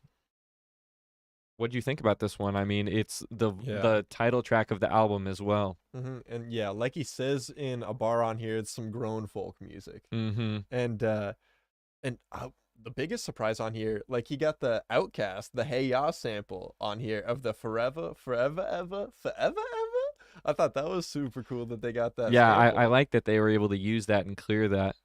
Yeah, and there's a part where the beat goes out, and it's like really cool when he's rapping on there, and it's got another beautiful piano to outro the entire album and wrap it all together. I thought this was a really cool one to end it on. Yeah, I did as well, and I was super happy with sort of the footnote that we get here as well when the beat cuts out as well. It gives us some really emotional and heartfelt lyrics, Mm-hmm. and I like that they did that, and we were able to get some more depth into what he was experiencing and different things that were going on throughout their rise and eventual fall. He was saying he was pretty much cataloging their biggest hits and things that were Mm-hmm. going on, but at the end here he was saying um despite trials, tribulations, no doubt, we were built to survive. Can't speak for everybody or where my dudes' heads are at, but I love you. True spit, all facts, deep in my soul. I believe what we will be shall be. Requiem for a tribe, Rose, Shal, Kamal, and Malik. Yeah, he says lack of communication killed my tribe. Bad vibes, hence the reason last two albums took a straight nosedive. So he Mm-hmm. was, giving his perspective on things that fell apart. It really was lack of communication for how one another felt. And if you've seen the Tribe documentary, also, a bit more about how they were splitting there towards the end of the late 90s when their classic album run was ending there. But I think even though he says the last two albums took a straight nosedive, I really like the second to last one in that run there. Yeah. So what In was '96, what was the Beats, fourth one? Rhymes, and Live. Yeah, I love that one. What was the fourth one? I forget. The Love Theory. Yeah, I guess that one's a little. But Beats, Rhymes, and Life. I That's a actually, classic. I think I like that one more. That's Depends when on they the started day. working with Dilla, And and I that's love why. Dilla's beats on Yep. there. And I Yep. think I might have liked that one more than Low End Theory. And Consequence gets I a love him bigger on there too. prevalence on that one. So yeah, Like that one has some of my. I'm surprised he didn't like that one. That's some of my favorite songs. on I there. think it was that miscommunication was starting at that point. You know, Mhm. I feel like that's really what he was alluding to, Yeah. and he was saying was sort of the reason why they had a falling out and things didn't last forever. And I think that's a great way to cap this album review. Overall, I think this is probably going to be seen as a classic. I would put it right up there with the Gangstar posthumous album after we sadly lost the main MC from Gangstar. It was just really tastefully done and well executed, not in a capitalistic way that you see a Yeah. lot of artists are Mhm. being used and Yeah, abused like- after their demise, Yeah, like Pop Smoke's posthumous album. Like this is not that whatsoever. Yeah, this is definitely very tastefully done and a really great tribute to the life of Phife Dawg, a legendary MC from Tribe Called Quest, Absolutely. and we get a lot of context and different thoughts of his here that we previously had no idea about, which I'm just super happy that this exists, not gonna lie. Absolutely. Because we needed something like this, you know? His story wasn't over, and this really gave us a great ending to it. I think it really gives closure, you know, Mm-hmm. because it is so sad to see him gone so soon. But like this was such a beautiful celebration of his life, and like encapsulating like what he brought out in all of us, like what we all loved about him and his music, you know, Yeah, and yeah. his personality and everything that he brings through the music. Well, and yeah, you can definitely get a lot of his, not quite social consciousness, but he's very he's reflecting on himself and what he's gone through, and his bandmates pretty much have gone through as well, and how all of the different things with his health has impacted him. He alludes to on here, doesn't, outright say it, which I also appreciated. And yeah, it is very hard to unpack if you're not familiar with A Tribe Called Quest. I would say I definitely recommend this album, but go and watch the documentary that was put together by, I believe it was put together by Michael Rappaport, honestly. Oh, okay. Yeah, and it's Would- a great Do documentary. you know where that's streaming at? Yeah, let's go ahead and look it up here while we're live, obviously. Same with the Little Brother. We got to find out where that's streaming at. Well, that hasn't been announced yet. Oh, okay. So it was just announced that it's coming out next year. It's being, it's okay. in post-production now. We just don't know who's going to end up with the rights to it. Exactly. Okay. Yeah, so the Tribe Called Quest documentary came out in 2011, and it is Ooh. titled "The Beats, Rhymes, and Life: The Travels of a Tribe Called Quest." And actor Michael Rappaport examines the music of a 90s hip hop group as well as the conflicts that drove the band members apart. And it did some numbers at the box office, but Yeah. I really enjoyed seeing that as well. I need to go watch it again because it's a great movie, and I did a whole presentation on it in college. So Dang, and it looks like I can just watch that on YouTube. I might do that. So it said it was tonight or available on something. YouTube for free. Yeah, Yeah, that's what it looked like. so definitely check that out before listening to this album. If you haven't heard any of the classic Tribe records either, do that before listening to Yeah. this one. I can't say that enough. You probably don't need to listen to any of Q-Tip's solo stuff. Just listen to those Tribe Called Quest albums in order. Then check out Phife's Forever posthumous album because it was really greatly done and honors his legacy.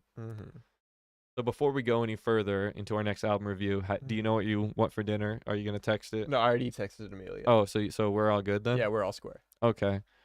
Just gonna make sure that Gonna food, get me some lo food mein. is on the way. Question mark. ordered yet? Question mark. Gotta check back in. We don't get Luna to guest star again on the podcast. Maybe we'll get eventually a Luna cam. Have her take a nap while we're recording or something and just chill out with us. Just randomly in the middle. All right, update to Luna. Yep, update to Luna. And then just cut. Just get still image of cute dog. Yep. That's what we should do.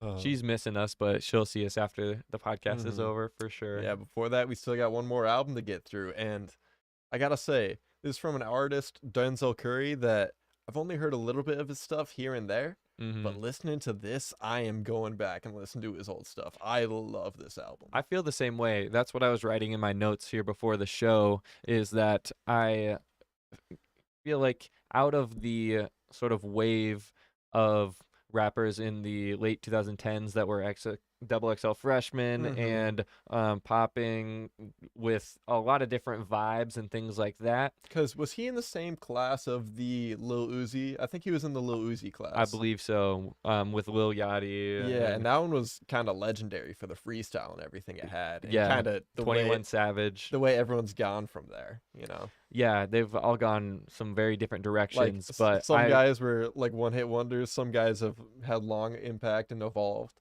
Yep, exactly. And Denzel Curry is of the latter for sure. Oh, yeah. And Melt My Eyes, See Your Future is the title of the album. Let's go ahead and look at the album art here. I thought this was super cool. It's like an Yeah. old television static, but you can see he's sort of fading into it. And yeah, I think the color as well is just super great. I Yeah. enjoyed this once it was announced. So I was like, okay, this is already going to be a cool project because it has a really cool cover. But then you see the track listing here as well, and we get a lot of different production credits as Oh. well as features on here. I didn't. Ooh, I haven't seen the production credit. JPEG, Kenny. Okay. Okay, we got some nice. Wait, Thundercat produced that? Dang. Okay. And Dot Genius. Dang, there's some. I didn't know this was stacked as it was on production. Oh yeah. Dang. Oh, and Dirtwork. Yeah, we saw him on some of the recent album, didn't we? I don't remember whose, but he was doing some production. Yeah, overall, there's just a lot of really cool people involved on this project, and it begins with Melt Session #1 featuring Robert Glasper, who is a piano player, but also just came out with Black Radio 3, we mentioned on the podcast a couple of episodes back, and is just an overall really cool musician, and I'm glad that he was able to collaborate here with Denzel on this one. Yeah. And I really like the beat that he made for this. we get a great introduction to where he's at right now, into his mindset and where he's at. And so he's even saying, you know, tried to separate the action from the man. I wholeheartedly understand why I need to grow, even though I'm grown. Yeah, like he If I really- did you wrong, I vow to make it right. Judge me off appearance. It was said to me, I'm impolite. Every eyes remain in freeze mode. I'm stuck in fight or flight. Yeah. I'm deflecting my daily problems within my daily life. Recognize hidden patterns of my own demise. Why I feel like hiding a truth is finding a lie. He really came off the bat with some real shit on here. And some really like dense bars. Like I feel like every track here, I'm picking up new stuff when I'm listening to it Yes. a second or third time, like we did for getting ready for this podcast. And yeah, I think without going too far into unpacking his experience, you can hear it on the track. But this is just one long verse on this first one, Yeah. which I thought was a great way to just have us jump into it. I love intros that are like that. Yep. And It like just- kind of, even though Drake as albums as a whole aren't always up to the best standard, a lot His of the time intros on do the that. intros, he just puts the beat on for like 4 minutes and just rides it, you know? Yep. And it goes right before track #2, Walkin', which was the lead single, I believe, for this project. The other Yeah. one was Tucci, and this one came out afterwards. Okay. And so Walkin' was a really cool track when it came out. I think we mentioned it on the podcast because it was just surprising with how hard he came on this one, and I could run this back honestly because Yeah. it's just so good. Like you could just keep running this track back. Mm-hmm. And then it switches up though. The beat Yeah, I love the beat switch in here. turns after I'm killing off my demon, cause my soul's worth redeeming, demon, demon, and then it just breaks down into the second part where the beat switches up and the chorus comes in and it just goes really hard, man. God, and there's like he flows so well on here. I love like the cadence that he gets into on this one, and I really liked it. Kind of sets the stage for the rest of the album, where the transition from the last track where it's like I keep walking, I keep walking, I keep walking into this one. Like, this is a really awesome project where it feels like all together because it's seamless transitions like the whole way through, basically almost every song. Yeah, and we obviously get some cool bars, but some funny ones as well. I'm tearing up like I'm on Dr. Phil. Yeah. I thought that was funny. Yeah, it's a good one. Yeah, But- and a lot of cool wordplay throughout this one too. Yeah, definitely go ahead and listen to that single if you haven't already and you just want to know what this project is going to be about. I feel like that could really help you make the decision there. But we go into track number 3, Worst Comes the Worst. And I thought this one was pretty good, I but thought that was a really clever one. mm-hmm. Like, he has a lot What do you of mean?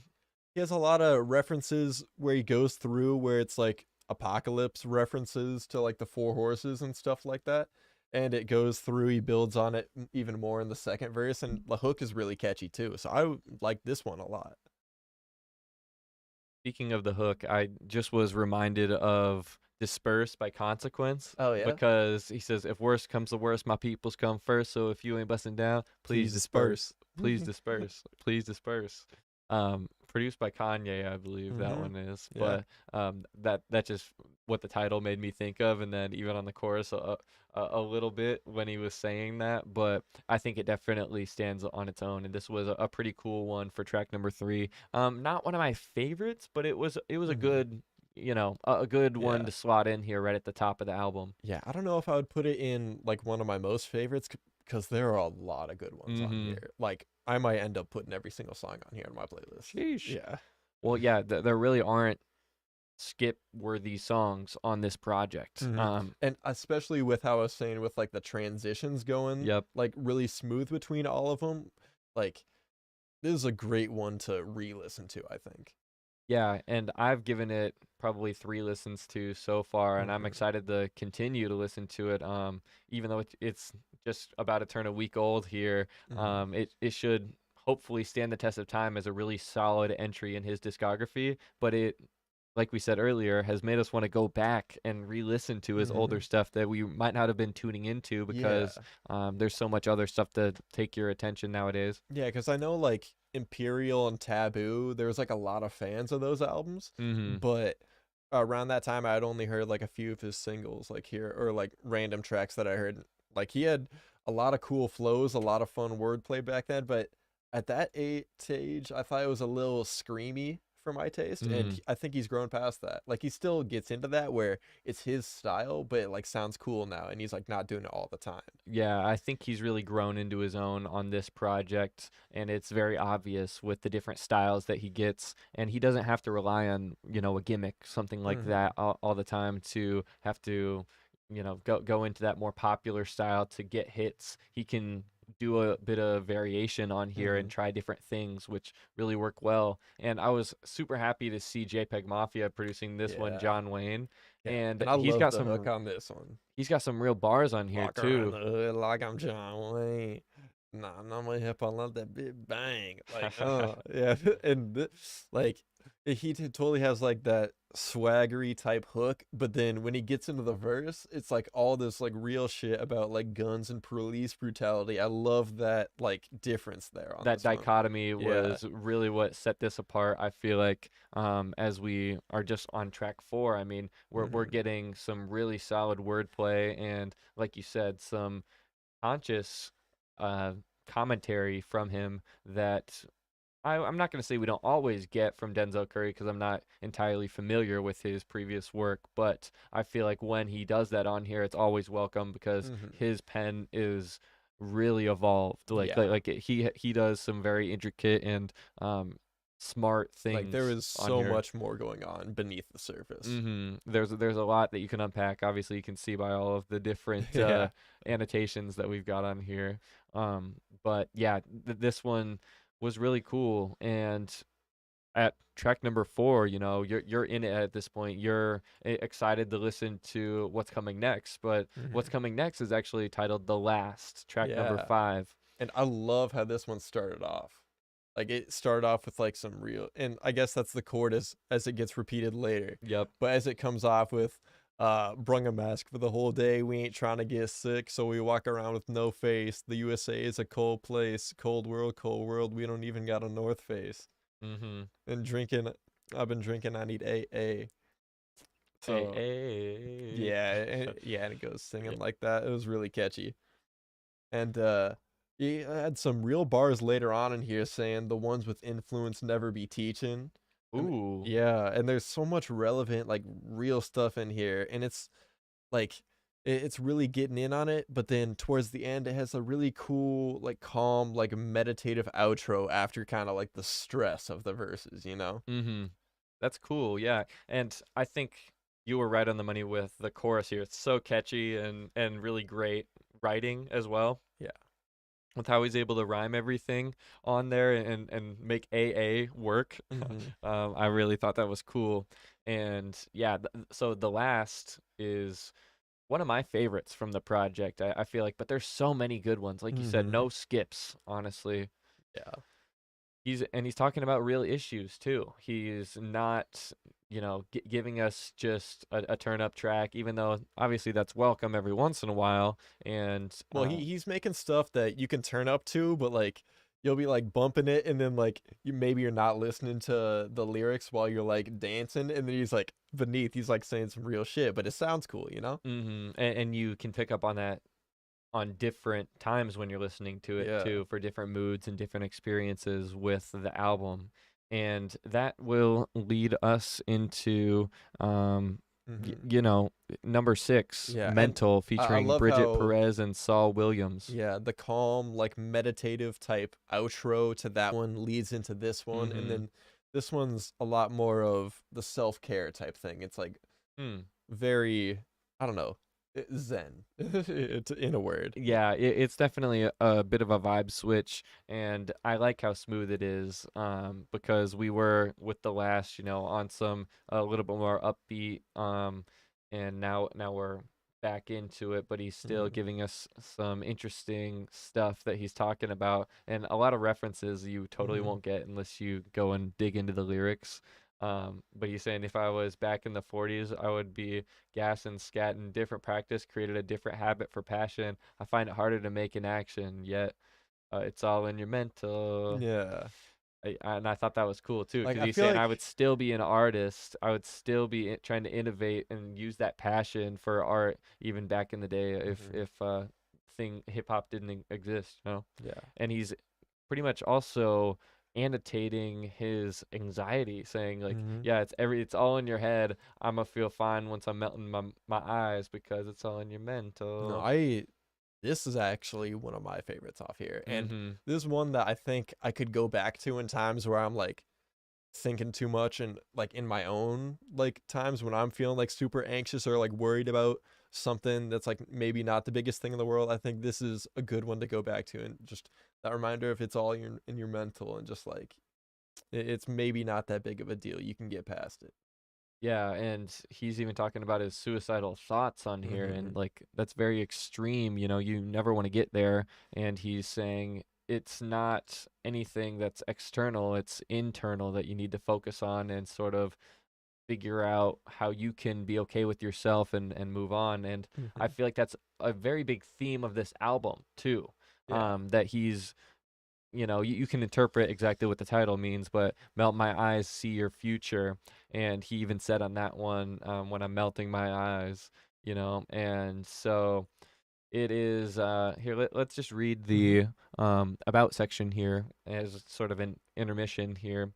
So it was released on March 25th, and he said that this album is inspired by a combination of what's going on right now in the world and films by the infamous Japanese director Akira Kurosawa, while Oh. also stating that it's the best project in his discography. And I think I would probably agree with that without knowing too much about his other stuff. I've obviously heard some songs, but overall, this as a piece of work, I was very satisfied with. He's so admitting to his fans that he doesn't feel the same when rapping anymore. It's clear that the album will be a reinvention of his sound and feature more singing and softer Yeah. sounds than past albums. Like you said, not doing that sort of hard hitting sound that we're used to with him. And so more traditional hip hop, jazz, poetry, neo soul, and drum and bass. And he even released a trailer for this one, as well as a lot of the different tracks coming up. Walkin', Zatucci. Yeah, I was like I was following along on the release as well, so I was happy to see it sort of paid off. The time I invested into, you know, going out of my way to include another artist. I mean, that's sort of a big step for a lot of people is, oh, okay, I'm going to actually value this art in what they're doing and creating and put some time and effort into listening to it, right? And so I think we definitely had no troubles but getting through this album. And so track number 7 is Troubles featuring T-Pain. And Go ahead, produced by take it Kenny away. Beats on this one, right? Yeah, well, and you didn't even realize it was produced by Kenny Beats. And No. DJ Khalil is also a legendary producer, as well as Powers Pleasant has a credit on here. But yeah, what do you think about this collaboration between the two? You know me. I love. I thought T-Pain, he was really cool on here, and I love that he got a verse. Yep, And not just a chorus. And I thought he was really cool on there. And I thought what Denzel did of distorting his voice on there at a couple parts in there, I thought sounded really cool. As an engineer, that's what I really love. Yeah, and then I there's love hearing different effects and innovative, different, creative ways that you can use all of these insane plugins that computers have now, with any DAW that you're using, digital audio workspace. And yeah, I enjoyed what they did on here, as well as T-Pain does his thing. I mean, I was going to say that same thing. He gets a verse, Yeah. Like T-Pain is a legend, can't be understated. I feel like a couple years ago, he did this small desk performance, the tiny desk. yeah, the tiny desk performance, and The people were surprised that he sounds so good without autotune. It's Yeah. like, no, he used autotune and pioneered that style, but he didn't have to depend on it because he's a great artist. Other than that, Yeah, like he's a great artist, great singer. He Yeah. just found a lane. Exactly, and you can't hate on him for that because it sold and he made a ton of money, so good for him. I think he really elevates this track, and I'm glad that Denzel Curry was able to secure this feature. Yeah, for sure. This was a fun one, and I thought it had some really cool bars, really cool flow switches in there. And so yeah, and the collaboration on there, that's another one of my favorites. I loved how those guys like bounced off each other. The chorus is just so catchy. Got some troubles that these drugs can't fix. We might struggle because life's a bitch. Think you happy when your ass get rich. Blow my money because a bag Yeah. ain't shit. Got some troubles that these drugs can't fix. Yeah. We might struggle because life's a bitch. Think you're happy when your ass get rich. Blow my money because bag ain't shit. Yeah. Gosh. And this next one we got coming up here, this next track is stacked too. I think this is a really fun part of the album. I don't know how they were able to fit so many features on one track, but they pulled it off. This one is Ain't No Way featuring Black, Jazea, Jid, and Powers Pleasant and Rico Nasty on here. Rico? Were you surprised? No, she like after what I heard of the song that she had with like Tyler and A$AP Rocky. Like from that, I knew it was some real bars and just straight killed it. No, on her here. style is super cool, and I really also enjoyed her feature on, I believe it was Kyle's. Maybe not his most recent album, but the one before that. I can't. I think might have been on. But- see me when I'm famous. Yeah, but most of her guest verses are great. And she's a very unique artist as Yeah. well. Like she doesn't really use anyone else's style in hip hop. Mhm. You know, she's very unique. Yeah, no one else is flowing like her. She's really pioneering right now. Well, and after Black is on the chorus here, And it's she such a she different jumps in. it's such a different style between those two. Like Mhm. there's some other ones balancing it out like between the other verses, but I feel like Right. those are the two most contrasting styles on here. Yeah, and they just go right into it before the chorus comes back, and then we get a quick little something from I Jid. know, I wanted more Jid. We Right. only got a little bit of Jid. I wanted more. Well, that's how they did it with so many features. You know, that Uh-huh. they got shorter verses, but Denzel comes at the end here, and well, not quite the end, I guess. Oh, well, yeah, it pretty much Mhm. is here, and I really like this line here. So it's, ain't no way that this the way I'm living out my final days. I feel like J chakra flowing through me like a tidal wave. That's a good bar. Rivals made to be a slave inside my suicidal page. Watching Paris with an H. He ain't where the Eiffel stay. Okay, reference to Paris Hilton. Good double entendre here. Thank you, contributor. Uh, so yeah, this was a really cool cut between all of them as well. I didn't know Buddy was on the Oh, outro yeah. here as well. So Denzel confirmed it was Buddy on the outro. He's just uncredited. That's funny. Nice. Yeah. So ain't no way. Definitely check that one out if Mhm. you're a fan of either any of those artists as well. That leads us into track number 9, X-Wing. What'd you think about this one, Al? This is another one of the highlights for me, and I love the beginning of this one. Like all these beats go dumb in the stereo, but I'm just too smart for the radio. Masked up like a young Rey Mysterio. Mask off when I'm back in the studio. And Mac ain't make it to 27. Pac ain't make it to 26. Big ain't make it to 25. It's only right that I get rich. God. Oh, Yeah, I love like the way that started. I was like, That okay, hit. I'm in. That in. hit. Yep. Yeah, that really hit. He says this game like Home Depot, bitch. They got keys, hose, and Yeah, hammers. I love that line. For the Low, low. low. Yeah, well, and I thought the chorus was pretty catchy on here. I don't want a car, I want an X-Wing. I'm Yeah. just on to Yeah, the it's like, next I don't thing. want a car, I want an X-Wing. Growing up, I didn't have the best things, and my diamonds on my neck gleam. I don't want a car, I want an X-Wing. Yeah, I thought that it was really catchy too. This was a bar as well. New mind state in a new spot. Fuck a TikTok, bought a brand new watch. It's my Yeah. time now. Wear my G-Shock. Yeah. We don't well, need no Rolly. Keep that G-Shock. this is a bar as well. Fur coat, fresh off a Sasquatch, told me to keep it PC. Nah, I'm gonna let the Mac pop. Yeah. PC, Mac, pop. Come Yep, on. that one's tight. Come on. Yeah, this was a really cool track, and I think it grew on me as I gave it a couple listens. Like, the first time I listened to it, I was like, maybe this isn't one of my favorites, because I feel like this is a new style for him as well, sort of singing himself on there, and some of the mixing I grew to appreciate after a couple of listens. So Yeah, more than anything, I just love how he came in. Like that beginning part yeah, is my when he jumps favorite. right in Yeah. on there. Yeah, definitely enjoyed that one. As we're going into track number 10, Angels featuring Kareem Riggins. And this one I really enjoyed, and it just kept me engaged. You know, the quality, Yeah. like I said, doesn't drop off here, and it is pretty consistent throughout.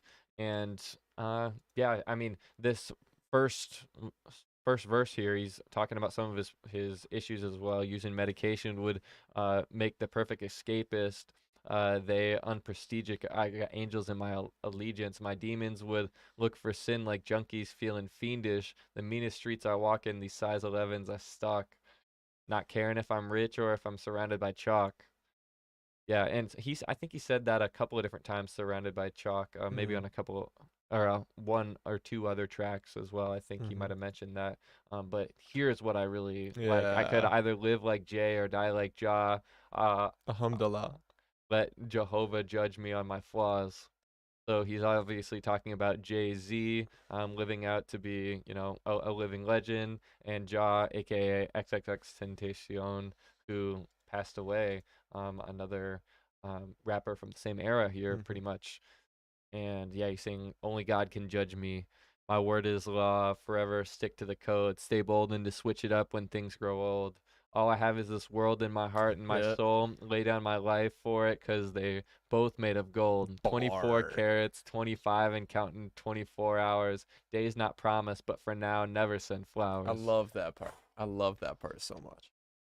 Yeah, he really, I feel like, delivered on every Mhm. verse on this project Yeah, for the and most part. You can on find the some next really verse great here, ones. he's got some real bars about fatherhood too. Mm-hmm. Like, this is a really solid track, and I don't fuck with no man who don't take care of his kids. yeah, exactly. And it was some really pretty singing on the hook too. Yeah, it definitely is a more slow sound and more, smooth than what we're used to getting from him. His Mhm. previous style is a bit more aggressive, where this is a nice change of pace, very welcome change Yeah. of pace as well.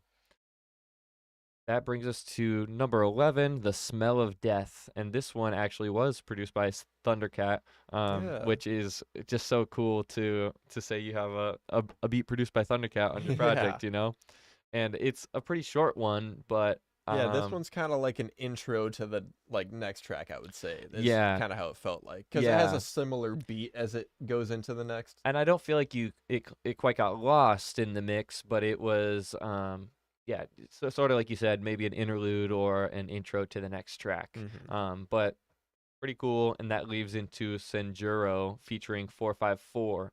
What'd you think about this one, track This number one, 12? this one's a banger.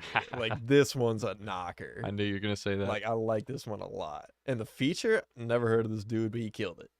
Mm-hmm. Well, and he starts it off by saying R.I.P. King Ghidra, which is a another name for Doom, MF Oh, Doom. okay. And so one of his pseudonyms, another one of the rap names he went under. Yeah, definitely rest in peace to Doom. And yeah, I thought this one was a banger as well. He just goes hard. He says, I'm too dedicated like I'm Wayne in '06, but the only thing I'm missing is the motherfucking Wicks. Yeah, and 454 does their thing on here for sure. On the chorus, so definitely was appreciated. But I mean, it was just all right. I feel like, but yeah. I mean, I've never heard of that artist before this either, so pretty cool introduction. But yeah. I mean, this was track number 12. We've only got two more. Yeah, and one of them's single. Yep. So if you've been following along, then you know Zatucci. It was the second single off of the project, and this one was pretty interesting. Actually featuring Slow Thigh and produced by Johnny Wood and Powers Pleasant. Powers Pleasant actually has quite a few production credits on here. I've realized. So cool to see their input and their touch on the project. Yeah, and it was another cool transition into this one. And I think they integrated like the singles pretty well in here, where listening front to back, you can't tell what the single is. Yeah, if you didn't otherwise know, definitely. And I'm sort of glad that I knew though, because it made me want to listen to the project. Yeah, Yeah. you know what I mean. On the pre-chorus here, I enjoyed this as well as a DC fan. I tried to crack a smile and a frown. Fools right behind, excruciating pain like Bane breaking Bruce Wayne's spine. Yup, that was cool. I enjoyed that. Any other bars you want to pick out on here? Gosh, I don't know about the bars. I really like the beat on this one. This is one of my favorite beats from the project.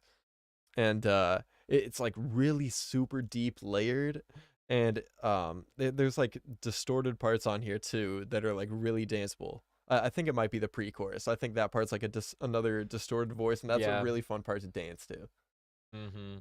And so the namesake of the track is a fictional novel character who is featured in Japan's series of movies and many different TV shows, created by novelist and historical writer Umitani Matsutaro, under the alias, oh, that's interesting, of Kan Shimozawa, and won a prize for the books in 1962. So deep cut for sure, but super cool that he was able to pull that into an interesting track here. Yeah, and so I definitely thought that this one stood out, and the interesting part was I've never heard of the feature on here. It's UK rapper Slow Thigh, and they paint a journey over a breakbeat inspired beat through a similar desolate landscape to the other single Mhm. Walk In. Yeah, I think that's accurate. I've seen that. I don't know if it's slow Thai or slow Thai, like Thailand.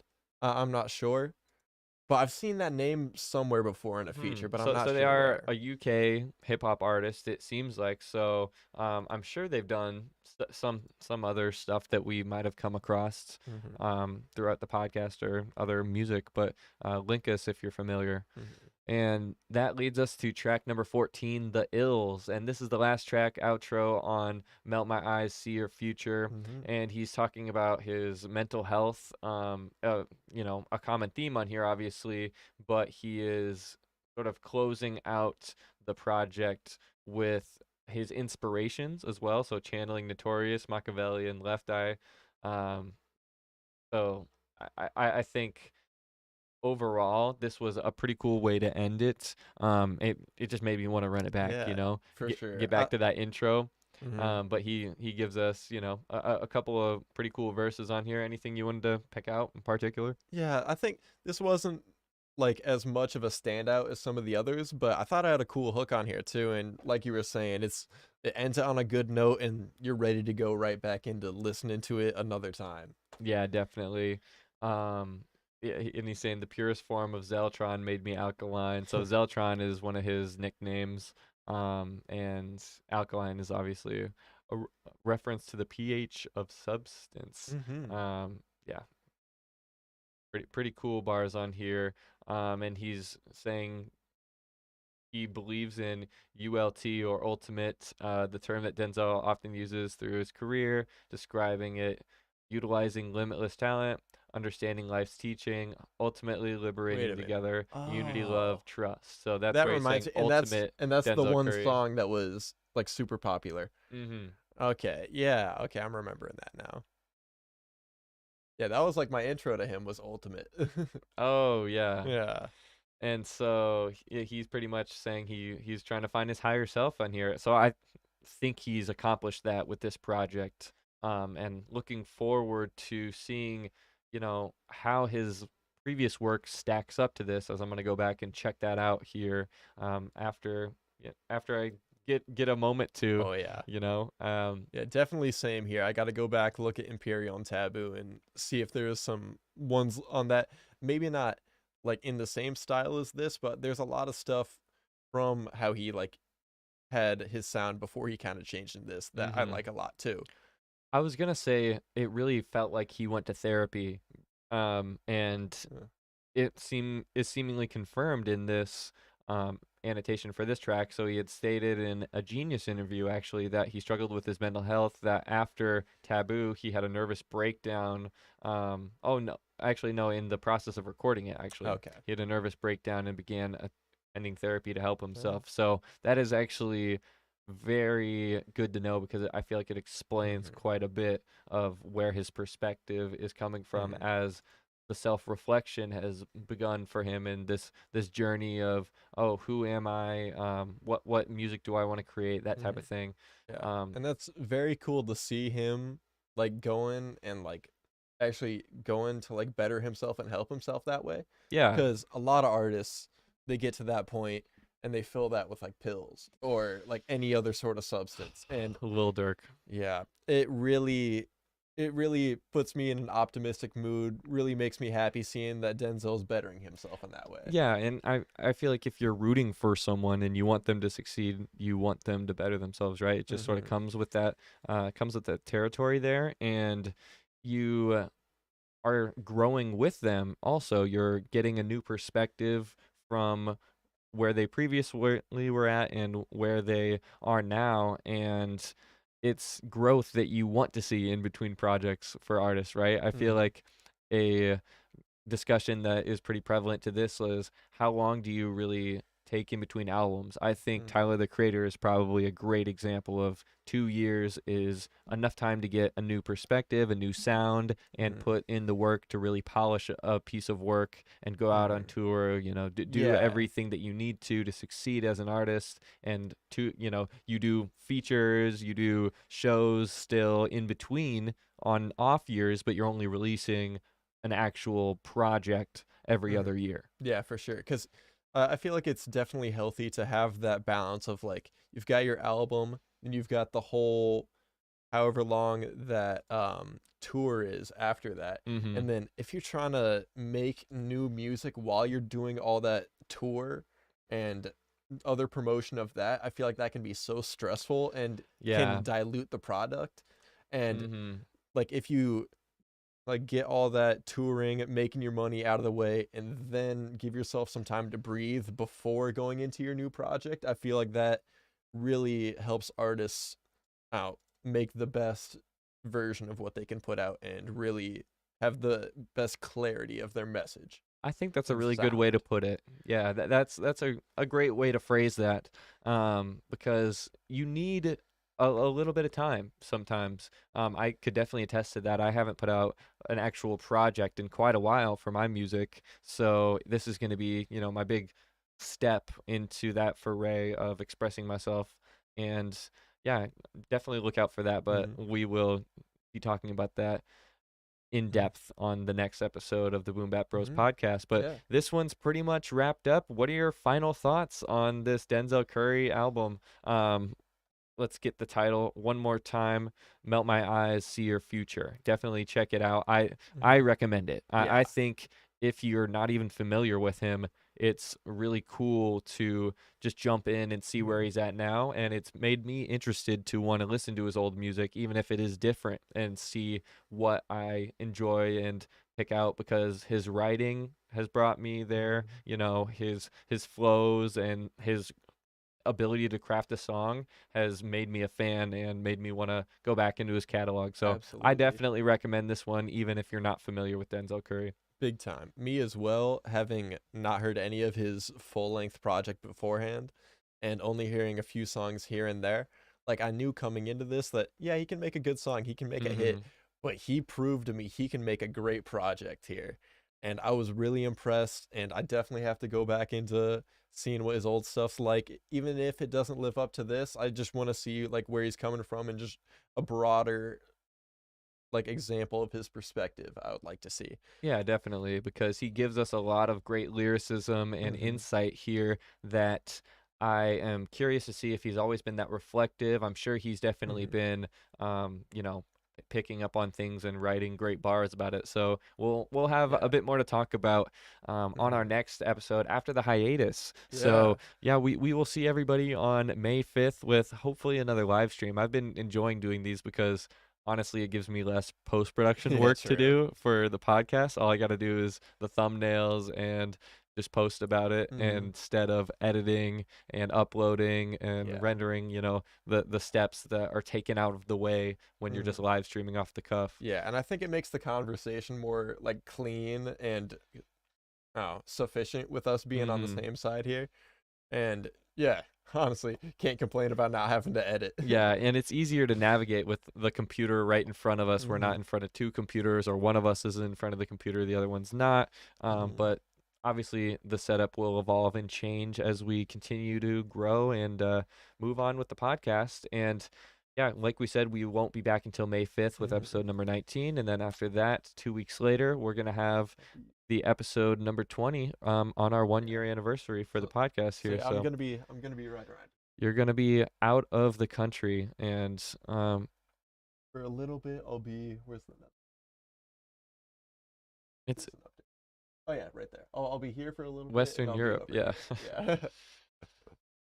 So definitely keep up with me at Hmm. PatG563 if you're looking forward to my album coming out in the hiatus here, all of the shows that we're planning as well. For sure. And And I'm gonna be back in time for that show. I'm hype. yep, it should be a really great time. I'm looking forward to it quite a bit. Livingcolor.media is the website. You can find us at Living Color Pro and at Boom Bap Bros for all of the different things that we're up to. Definitely follow along and see how we're doing, because we would definitely love to have you listen to my project, come out to the show, and meet some new artists in the Quad Cities that are doing the same thing, trying to chase their goals and create a great piece of art that expresses how they feel. I think the set list that we put together for this definitely was a good group of people that are going to be able to complement each other and get a diverse audience in there as well. So yeah, that was the last thing that I really wanted to end this podcast on today, but we really appreciate you guys for sticking with us Yeah, for the for sure. second live stream that we've done here on the Boom Bap Bros podcast. But anything else you want to talk about here at the end of the episode, Al? No, I think we got it all covered. Well, I think we need to preemptively give you a happy birthday Thanks. That is What- coming up. because your birthday is on April 3rd. So Yeah. we'll be on a podcast hiatus. So happy birthday, Al. Hope you enjoy it. Thanks. Call me Taylor Swift. I'll be feeling 22. Oh, God. I'll be driving you to the airport that day. So We might have to bump that song in the car just once. fair enough. Taylor slaps. I'm not going to lie. That's not a bold music take, is it? Taylor Swift makes good music. No, one of the. I don't know if there's a handful of people more popular. Yeah, she's great. But Gotta love it. stay tuned for our next episode, and we'll see you next time of the Boom Bap